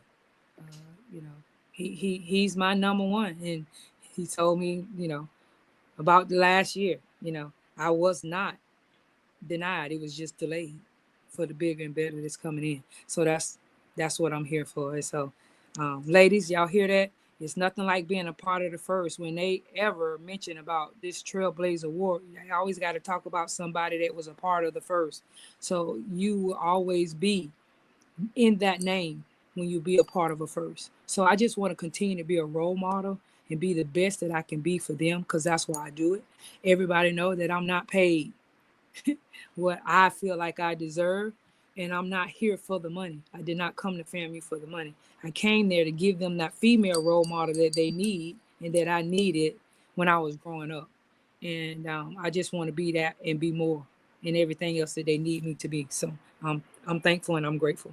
And I'm very, very excited that M1 and Shania, better known as Deuce, decided to come to FAMU and be a part of this culture and this sisterhood. Thank you, ladies. Again, I can't thank you enough. Well said. We have to keep track of those names. M1. Hey, Deuce. those are the greatest nicknames I'm ever. telling you. Right? I was just thinking about it. M1 and Deuce. I can't wait to hear what look. I'm telling you, I love it. I love it. Well, I know these two young ladies and this team are going to be fun to follow. I love the workouts. How about those workout sessions? Right? Hold on, there it is, right there. Getting the weights in. Hold on, where is M1 in that picture? Is she back there hiding somewhere? I'm just messing. Keep going. She in the back. She getting in work. She in the back. Yeah, I'm messing. It's all good, but we love it. We love it. We got to keep the pictures, keep the videos. That's what we love to see this time of the summer. Let us know what the grind and the work is like, and that's the stuff that gets people excited for the upcoming season. So. Ladies, welcome again to the family. You always have a spot right here on the O&G Strike Zone. Whenever you want to talk, whenever you want to get something out your chest, we always got a forum for you. We love talking to the student athletes who are part of the family. And Coach will tell you, anytime Coach wants to come on or Coach needs to tell us something, we're there. We're here. We're there. So we love it. Yes, on the team-specific account. So yes, we gotta keep pubbing up that FAMU women's basketball account, folks. So make sure you keep adding more content to the FAMU women's basketball account, Instagram, on X. I don't do TikTok, but I think M1 says she's TikTok person. I don't know. Deuce, are you TikTok as well? I just watch TikToks. I you just watch. I make them in the dark. I don't put it out there. Okay. See, I'm not on TikTok, but all right. But where all the socials, Facebook for us old folks, whatever you put it out there so that way we can follow along. And we're going to continue to spotlight more of the ladies on this team, so that way we can continue to get Rattler Nation familiar with these with the roster. So these are just the first two ladies. We'll get with Coach, and we'll get them some more ladies in the upcoming weeks during the summer. It's a great time to do it, and then that way, when the season comes, you guys, we know you guys will be excited because we got some great young people in our program, and they're gonna bring the pressure to the SWAC this year, hands down. I'm betting on Coach Gordon. I told you, I'm betting on Coach Gordon. So, all right, ladies, you guys be well. Thank you again for coming on the show. Coach, as always, we love you, appreciate you. And we'll talk offline and start lining up the next two ladies to bring on, okay? Okay. We just want to invite you out. If y'all want to come get a sneak peek, they go at it. Like I said, we're in the weight room 6:45 to 7:45, and we're in Al Lawson from 8 to 9, getting that hour grind in Monday through Thursday. There you go. There you go. Bye. Beautiful. All right. All right. Thank you, Coach. Thanks, Coach. Thank you, Y'all have a good one. Love you guys. All right. Love you too. Things up. Okay. All right. Good stuff. Good stuff. Gotta love it. Have Coach and Did you recognize the banter between it's June. It's only June. That's the thing. It's so early, right? And it was so genuine. I really enjoyed. I really enjoyed that interaction. That was, and that confidence, is something. Boy, that M1. M1. Hold on. I'm trying to figure out, Edwin, what is this? Come challenge me. What? I mean, what are you doing? I'm, that's all right. I'm an old man. Look, I'm just messing. That I don't need to be doing any workouts. I don't need to look M1. I don't even want to get into a shooting contest with M1 because she sounds like she's a bucket. She said she is. She's a bucket. Yeah. So I'm not even gonna get into a shooting contest with her. So but good stuff. Exactly. Great energy. Appreciate that. Again, we want to keep spreading the love and keep encouraging this team. For real. Good stuff, man. And interesting schedule. We'll have to go back and rewatch that and kind of pull out the schedule of games. It looks like a good schedule. A lot of opportunities to see this team inside of the state of Florida and South Georgia as well. So I like what we're doing with our scheduling, Kelvin. It's a little bit different. It's four home games, if I count it right, against mostly Florida schools, and one return game, and then another home game, even though we're playing at Florida State. So that's 5 in Tallahassee, out of conference. Mm-hmm. So love it. That's good balance. That's good balance. Yes, it is. Yes, it is. All right. Let's take our break. We're overdue and come back. Marcus is going. Let's catch up on the recruiting news surrounding football. 65 days away from the Orange Blossom Classic in Miami Gardens, Florida. FAMU versus Howard.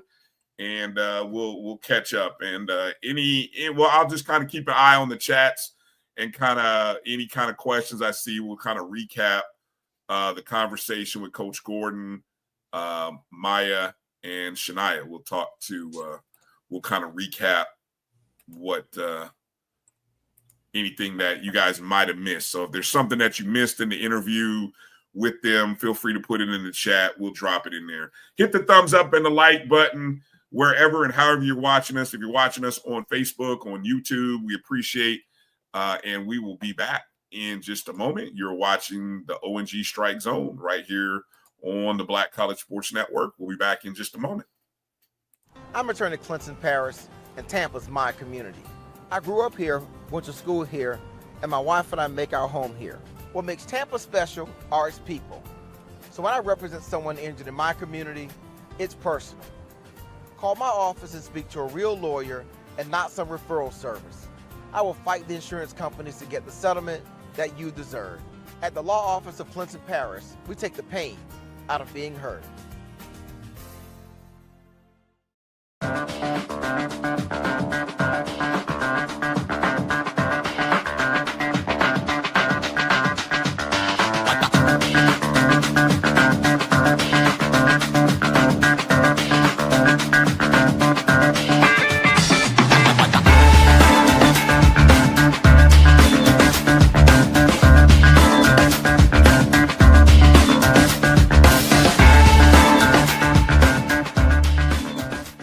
It's never too early to plant the seed, to share the tradition, and instill a sense of pride in your HBCU with your little ones.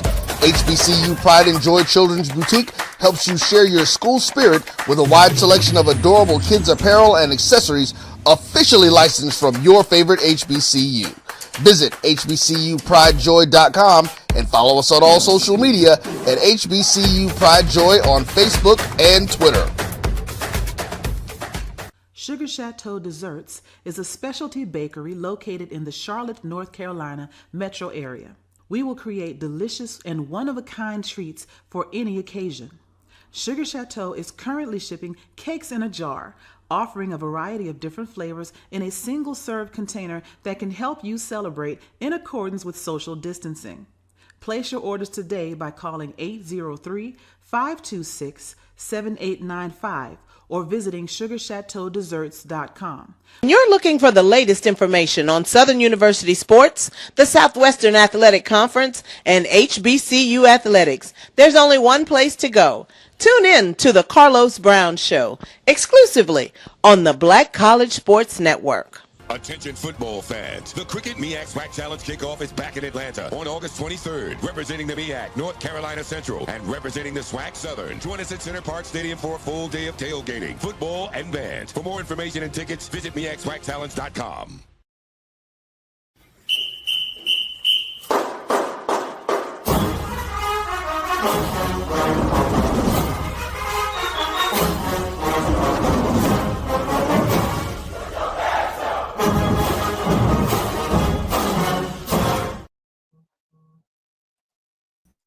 Sorry. Welcome back to the ONG Strike Zone. It's all off today. Bryan, Marcus, Kelvin. All right. Getting everything squared away. Let's go through the quick anything from the chat. Appreciate everybody in the comments on the interview. Okay. Kylan asked a good question. Let me see. I've got the spreadsheet pulled up. Let me go through because we have spotlighted pretty much all or most of all of these, Kylan. So let me see how quickly I can pull up the spreadsheet to show you who the commits are.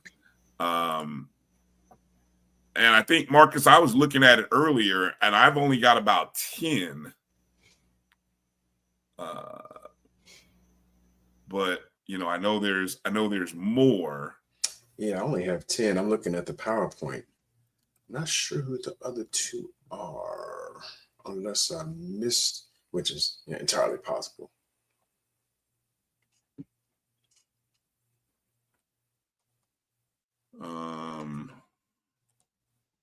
So here's what I'll do.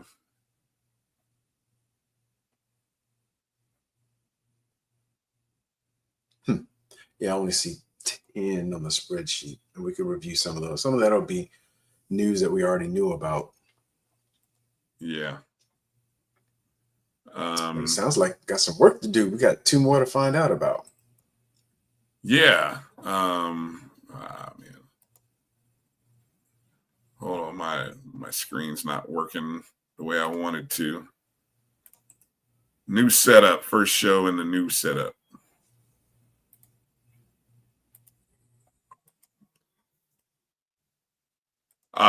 Any other questions while I'm looking for this, Kelvin, Marcus? Any other questions that you see from folks in the chats that maybe just a recap or missed? I know Liv posted a couple early, and I think some folks may have answered it thinking she was speaking of football, but I assume she was talking basketball. Yeah, I tried to get to those that Liv asked. I did make sure to add those. Okay, I guess because Liv asked, how do these recruits differ from last season, and are there early signs of the players being competitive and having that winning mentality? I don't know. That may have been answered. Yes, she did. I asked those. I did ask those. Let me see. 25 commits and signees. Okay, hold on. Live radio, beautiful stuff here. Let me see how quickly I can find it. Or you know what I could do?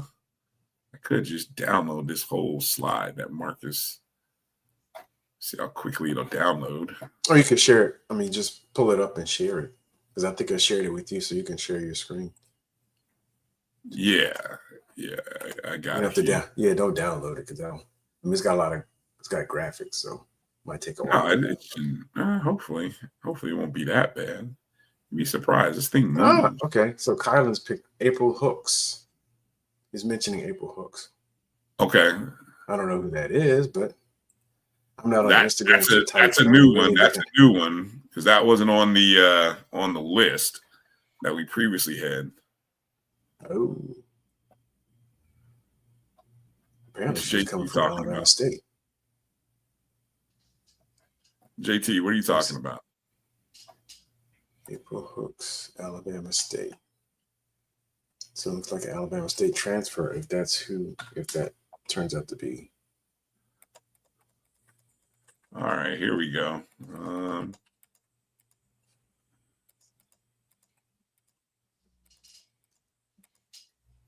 All right. So just a little backstory here for those. Alabama. All right. Okay. So Zayna, this is what Coach was talking about, the Z's, right? Here's one of the Z's, Zayna Justice, one of the first signees. Again, Marcus has the date on when these young ladies committed or signed, right? So you had Zayna, then Naya Rhodes, Brooklyn Swan. The previous two were back in February. Then you started moving into, back in November of 2024. Then you started moving into February where Brooklyn Swan committed. Then you had right after the SWAC season ended, then you had Cornelia Ellington coming out of high school. And then, of course, Maya and Shania both committed on the same day. Then you had a couple days later, another Z, Zanaria Robinson, committed. Jordan Bodie committed. Guard committed early May. Camille Jackson. I think that might be the last one. Oh no, Tyler. I think the last one is Talion Payne. T-Payne. Joined the team. Yeah, and I think that was the last one. So that was 10. And I think we noted that there was the mix, and Coach talked about this, the mix of freshmen, JUCOs, and transfers. Mm-hmm. You know, Shania, who was on the show, she's a JUCO transfer. Maya being a D1 transfer from Fordham. And then, of course, so it's not one-sided where we have a bunch of JUCO transfers or D1 transfers. It's a nice mix. I mean, which when you're building a roster, I think that's pretty interesting. Now that's 10, and then of course, did you say Cornelia Ellington? Yes. She was on that. She was in that graphic. Yeah. And Kylan saying April Hooks transferred from Alabama State. Okay, so that would be number 11. Then the one that we didn't, and then there's still one more that we didn't name part of this list. So he mentioned a 6-foot center. So I don't have to jump on Instagram, see if I can search it out there, because I don't see anything on Twitter. Yeah. But, Coach kind of talked about her strategy in terms of putting this roster together. Mm-hmm. Of course, she got some size, got 4 bigs now, ladies who are like 6'1" or taller. Uh-huh. She talked about the importance of having that point guard who can get players, the ball in the right positions, and some young ladies who bucket getters, right? Mm-hmm. The game is evolved to the point where 3-point shot is a big part of the game, and playing defense and all the other stuff is great. But You got to be able to make them open shots. So she talked about how she recruited ladies who one can be coached tough, right, but also have a confidence and want to be coached tough, and put in the work, right? So I can't wait. I want to watch this journey as this team's developing, as they go through the summer and into the fall. And we pointed this out last year, not to beat a dead horse, but if you just look at the number of games in the fourth quarter, yeah, I mean, we were winning, yeah. I mean, so this could have very well had with a different mindset in the fourth quarter. We could have been a 500 ball club easily. I mean, 12. We could have been 15-15, 12. Won 12 games overall, 12 plus games overall. That was very much possible given the number of games that we lost by 1, 2, or 3 baskets. Mm-hmm. Yeah. So, and that comes with the DNA. So there's 2 parts to that. And I think I heard that. A, coach owning it a little bit from her own end and things that she has to do better. But then also it comes with, you got to have the right players. So I love the accountability. And I think that's what you want to hear in the off season. So when you go get the new pieces, you got to know that I'm getting new pieces. Why I'm getting new pieces? Not I'm just getting new pieces because the old pieces left.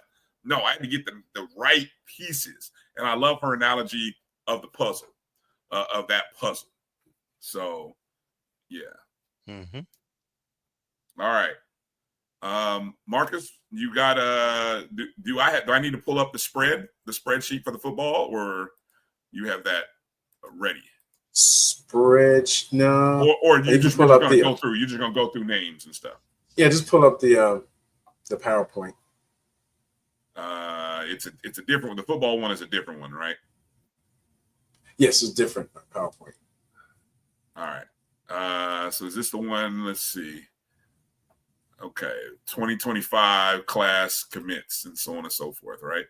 Mm-hmm. All right. Now this says as of 5/29/2005. Do I have the right one? Ooh. I didn't update the date, but I was updating it right before the show. Who's the most recent name on the spreadsheet that you see? Most recent name should be the commit today. Who was Jacob Judy, offensive lineman transfer from Monroe University. So that's why I'm wondering if I have the right spreadsheet. No, yes. Okay, I do have the right spreadsheet. Okay. I see where he's at. He's all the way at slide 52. Okay. Yeah, no, and that's when I look at the number of slides and signees and commits, I'm like, where are these people going? Now I know some of them, at least one, maybe 2, have moved on, but what page do I need to I'm not sure what page, but Jet Petty was the last one we talked about. And that was back on May 29th, I believe. And everyone else is new. Jet Petty was, let's see. I'm looking here. Petty. Okay, Petty was slide 42. All right. Give it a minute. Still loading in. Any other football related news and notes? Okay, here we go. We're ready. Okay, you said Petty. Petty was slide 42, right? Okay, there's Petty. All right, so we're ready to go from here. Mm-hmm. So the last time we did the spread, it was from here, from Jet Petty, all right? I think so, yeah. All right, here we go. All right, now, yet another kicker. I don't know. I think you got like 5 or 6 kick commits. I can't wait till you do the breakdown of positions. Oh, my gosh. Gabriel Perez, he's coming from FIU. So I guess we're getting a hookup from Coach Simmons. So he's transferring in, coming in. He's He made All-Dade for Miami Southridge, his senior year in high school. Don't know if he got much playing time last year, so he's coming over to join the special teams corps, which should be busting at the seams. So that'll be interesting. And it took, I guess, 22 days, and some of them I'll have the duration of between when the offer was made and when they committed, and others I don't because they were commitments that didn't have a public offer. So you may or may not see them. That's what the parentheses at the bottom means in terms of from commitment to. But I can update that going forward. But some of them don't have dates because we don't know when they're offered or when the talks began, and just found out about their names when they committed. Marcus, do you agree with Kylan's take that we're hoarding kickers? I mean, is there such a thing? Can you have too many kickers? Well, with 105 roster spots, I would say yeah. How many kickers is too many? You got limited numbers, but hey, this is what coach is doing, and we don't know what's transpiring behind the scenes. We might see some cryptic transfer notice. Well, kickoffs and punts hurt us last year, so our field goals were fine, but our field position was flipped a lot last year because of. So we were used to having 3 different kickers: someone who kicked off, someone who did short field goals and mid field goals, and then someone who did long field goals, and then a punter. So having 4 different people is good in case, like last year, some folks get hurt. So I'm fine with it. We trying to get the chip. Kylan, stop it. You're killing me, Kylan. It's close. Yeah, it is pretty close. It's pretty close. Competition. Man, all right. Let's move forward here before we get in trouble here talking about our kicking depth. 10 o'clock. 80-ounce Farmer. Yeah. I heard that. Go ahead. 80-ounce Farmer transfer from Fort Valley. And I'm not sure, someone could correct me if I'm wrong, but I think this may have been some of the fruit from the transfer camp. On the first camp, right. Mm-hmm. Yeah. And so, he's a Florida native, playing at Lake City, Columbia. And he had a breakout season last year in the SIAC, making first-team defense. But he also received some honors in high school as well. So, and he brings some size. So, looking at him as defensive end. Next slide, please. This is an interesting prospect. Lawrence Wright IV. He is legacy. His dad, Lawrence Wright, played for the University of Florida. He walked on at University of Florida as a freshman, and he hopped in the portal. And he plays an athlete in high school. I think he played offense and defense. Most of the highlights that I saw in the link there may be from quarterback. But you look at his size, 6'2", 231. I think he played either linebacker or defensive line in high school. So I don't know what the plans are there. I would suspect that given the limited playing time in college, I would suspect he's not going to stay on the offensive side of the ball. If he does, it's not going to be a quarterback. But that's just suspicion, but that has nothing to do with his commitment. But he committed June 13th. And so he's going to be an intriguing prospect. All right, Kai Gadsden. Hopefully I pronounced that correct. Tampa Bay Tech. And we've offered him previously. I think he had a summer visit. I went back and looked at some of the old posts and some of the things in the Pitt archives. And I think he had a summer visit before his senior year in high school. And we also offered him last year as a transfer when he first left Bethune-Cookman. And he ended up going to Jackson State. And I guess eventually this year he's committed to us a couple weeks ago. So it's adding to the offensive line. This is, I hope I pronounce this correct, Vin Quain. So he's going to be the long snapper. And he committed. Looks like he was at a camp. As I see our special teams coach, Weston, there. So I don't know if this picture was taken during the transfer camp as well. Yeah. But he just graduated from high school, but he'll be added to special teams. So once again, we're going to have a strong unit, a lot of depth there, depending on how many roster spots get allocated. I'm sure they've worked all that out. Next slide. Amari Williams. So now we start getting into, this is one of my concerns, and actually probably was a concern last year in terms of the defensive line depth and experience that we lost coming off the championship team. So it looks like coach has addressed this in the next couple of picks. So I think the next 3 or 4 look like they're addressing depth and talent at the defensive line. This is Amari Williams, and he's out of Miami. And if my research was right, he's got some accolades and some tread on his tires. Yeah. Class of 2018. Yeah. Yeah, that's what I want to make sure that's right. I'm not 100% sure if that's right, but I did a double checking. So, but yeah, he's coming in from Central Missouri, and before that, Liberty University and Fullerton College, JUCO. So he's going to add to the defensive line depth. Next slide, Mazier Randall. Once again, and also another trend I'm seeing, I have to look at my spreadsheet because I usually put hometown and all those type things and county of their school. Excuse me, but it seems like we're really capitalizing on the South Florida connection. Mm-hmm. We're going to transfer and some of the high school offers for the class of 2026. So Mazier Randall, now he's got some beef, so he's going to help us solidify the middle. And coming out of Dodge City and Towson University, and played at Miami International Academy. Jason Riles, he's a transfer from University of Alabama, Birmingham. So, it's 50-50 or better. That he was following his old position coach, who's our now defensive coordinator and linebackers coach. But he comes 6 foot 225. Some starting experience from UAB, and played for a good program, great program, one of the best in Alabama. Right? Mm-hmm.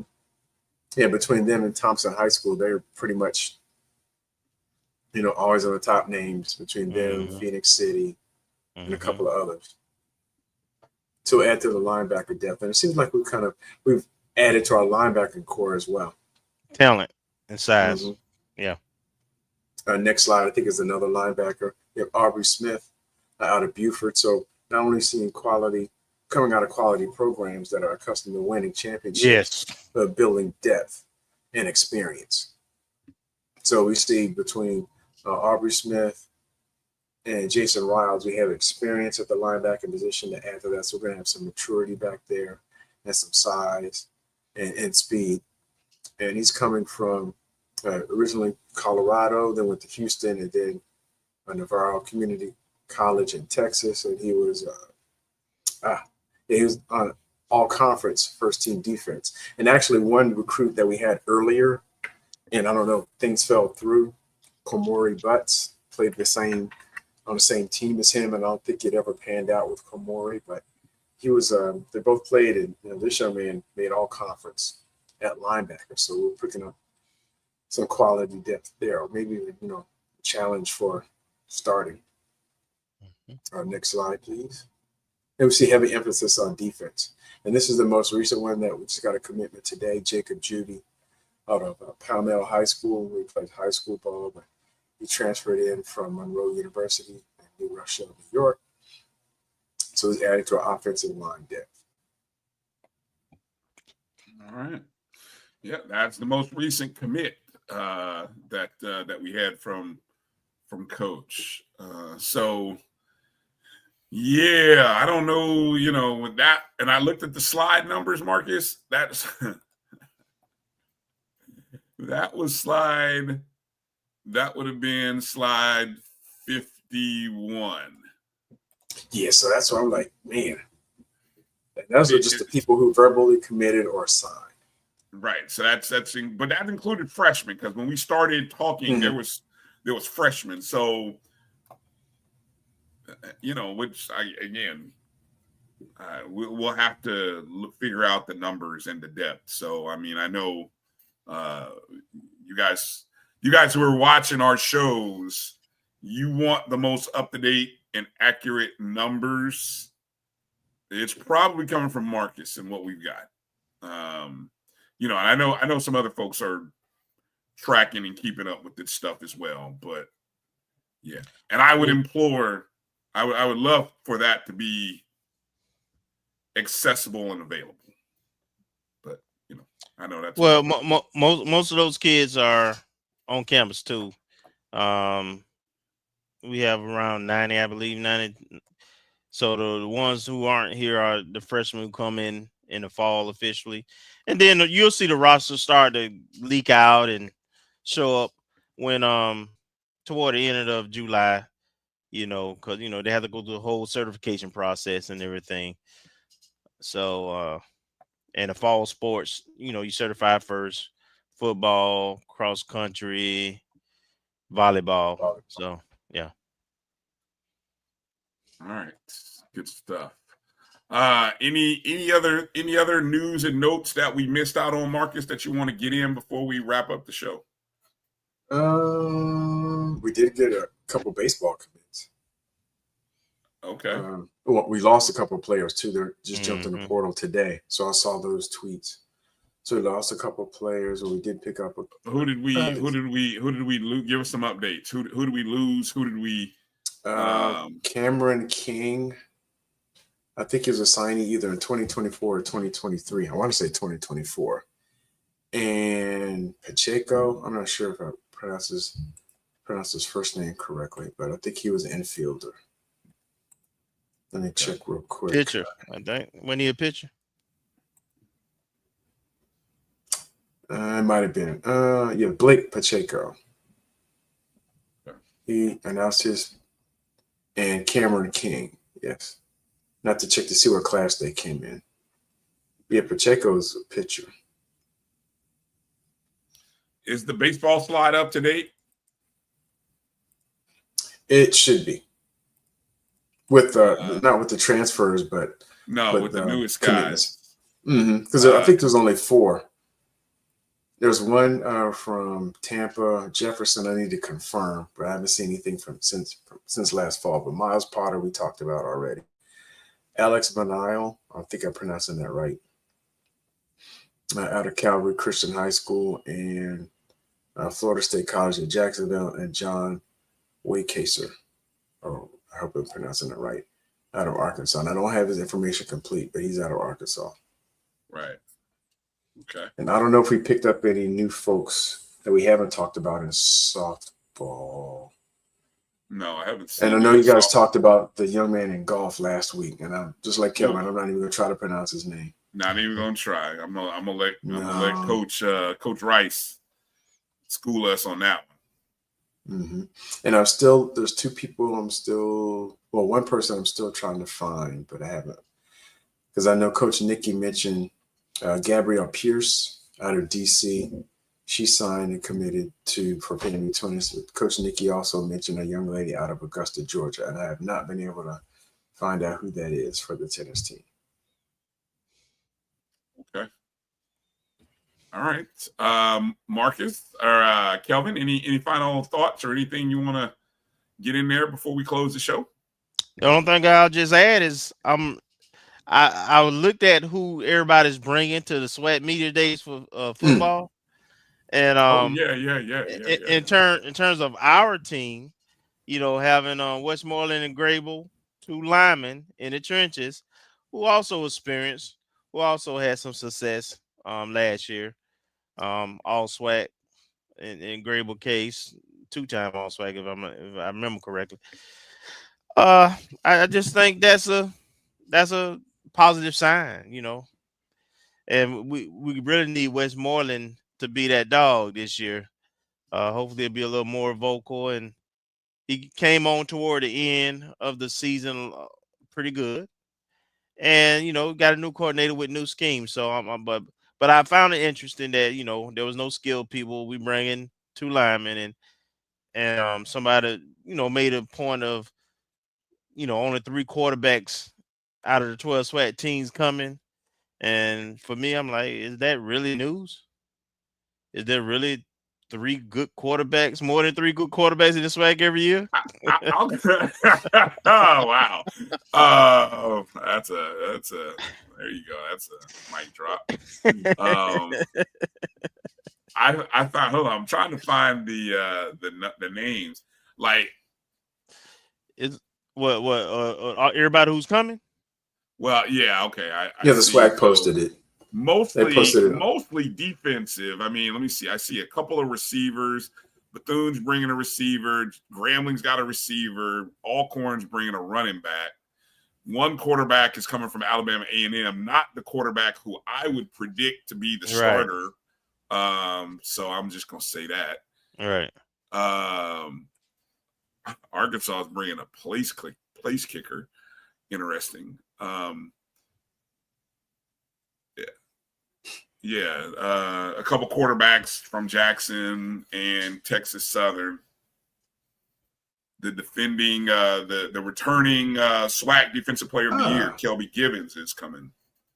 Found from it. Southern. But yeah, no, there's an overload of defensive players. So, that's interesting.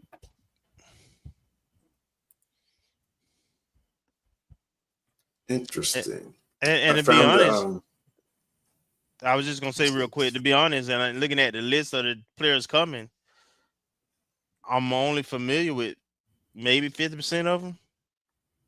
I'm less than that. I'm less than that.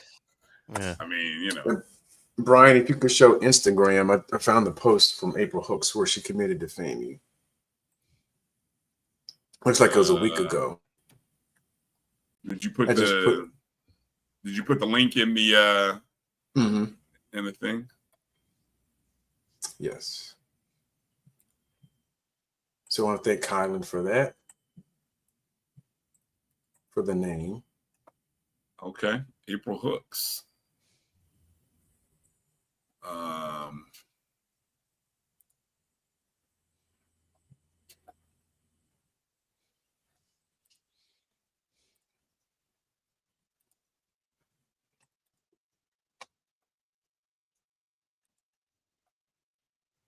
right.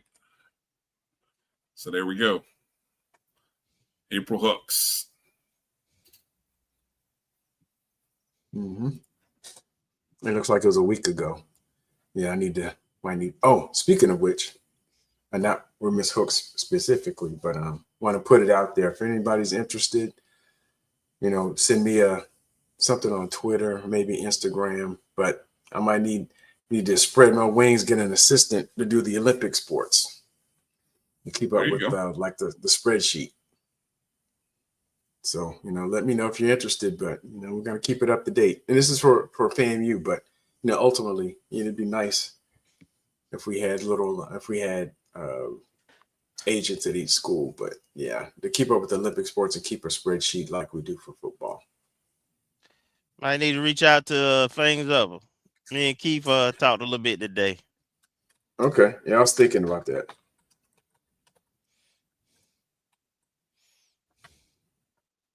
All right, so yeah, we'll have to find out who the other is. Yes. I was trying to figure out who is who because I saw somebody with purple hair or something in the picture, and I didn't recognize. But with 12 new players, I'm not going to know everybody.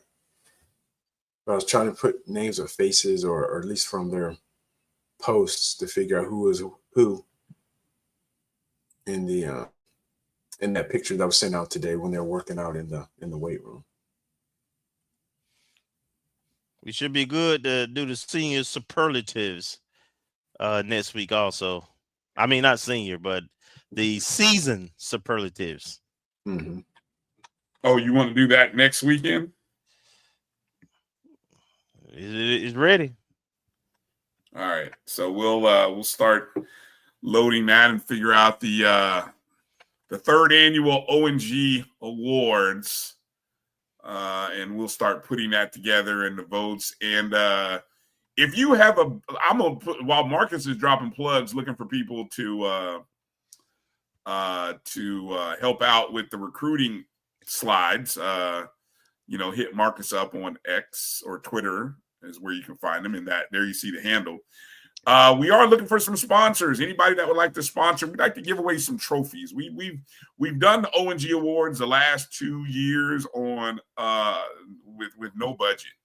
So just kind of our time and awards. But we would like to be able to, present the winners with a little something, a plaque, something.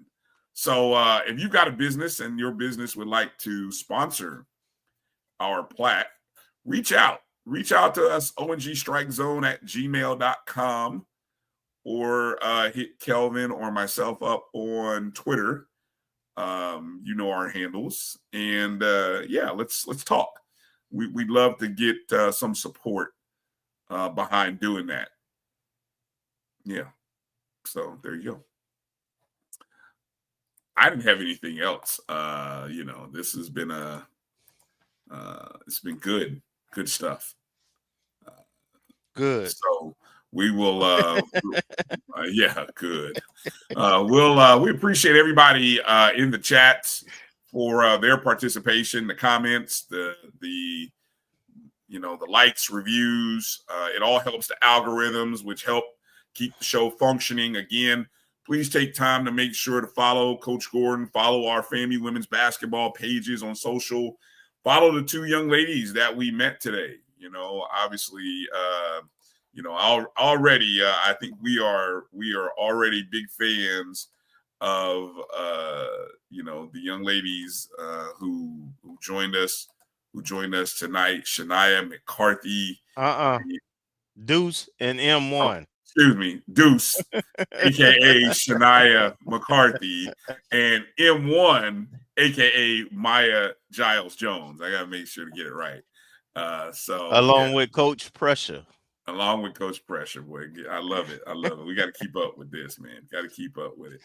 But yeah, we make sure you're following them. We appreciate them for taking some time out and talking to us tonight, getting a chance to know them. And we will work on trying to introduce you to a couple of more Lady Rattlers over the next couple of weeks as the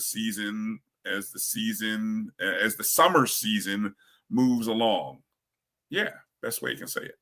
So, all right, please make sure you can support the show right there with the Cash App, or you can always support the show by becoming a JBN subscriber. My JBN Online, join the YouTube, Black College Sports Network, Jericho Broadcast Network's YouTube channel. Your monthly contributions, those of you who are out there supporting us monthly, means a lot, helps us to be able to cover, but there's always room for more. So any additional folks who'd like to support, we thank you and we appreciate you. We're looking to do more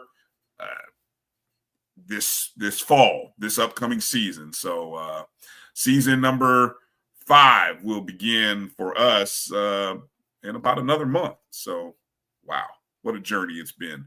We're going to look back on the past 4 years. We're graduating. We're seniors. So this is our senior year. We got to do some, maybe next week we kind of look back on the 4 years in the SWAC and kind of do some number, some number analysis. We need to do some of our all-time favorite clips, man. Kofi in the belt, the guy from Mississippi Valley State. Those my two. Yeah, they're there. Yeah, we just got to find it and clip it to the point where it kind of works. I've been trying to find which episode the Kofi in the belt one was. That because there were so many. There was a handful of those, and it was hard to figure out which one was. The first one was classic. It was the first. Was it the first one? I always thought there was one that was more than the first one. But anyway, I'll find it. You find it. I think it definitely came around the time of the football thing. That's when that. So that was fall 22. So that would have been August or September of 22. Oh yeah, if we can, okay. So that'll narrow the search down if we can find that. But yeah, that was classic. That was classic. All right, guys. Well, appreciate everybody's time tonight. For Marcus and Kelvin, I'm Bryan. Thanks for watching the show. Hit the thumbs up, like button, however and wherever. Share the show with the family if you would, please. It all helps the algorithms. And so we say goodnight to you. Have a great week, and we'll see you next Wednesday right here, same time, same channel, 8 p.m. Eastern, 7 Central on the Black College Sports Network. Fangs up. Peace out.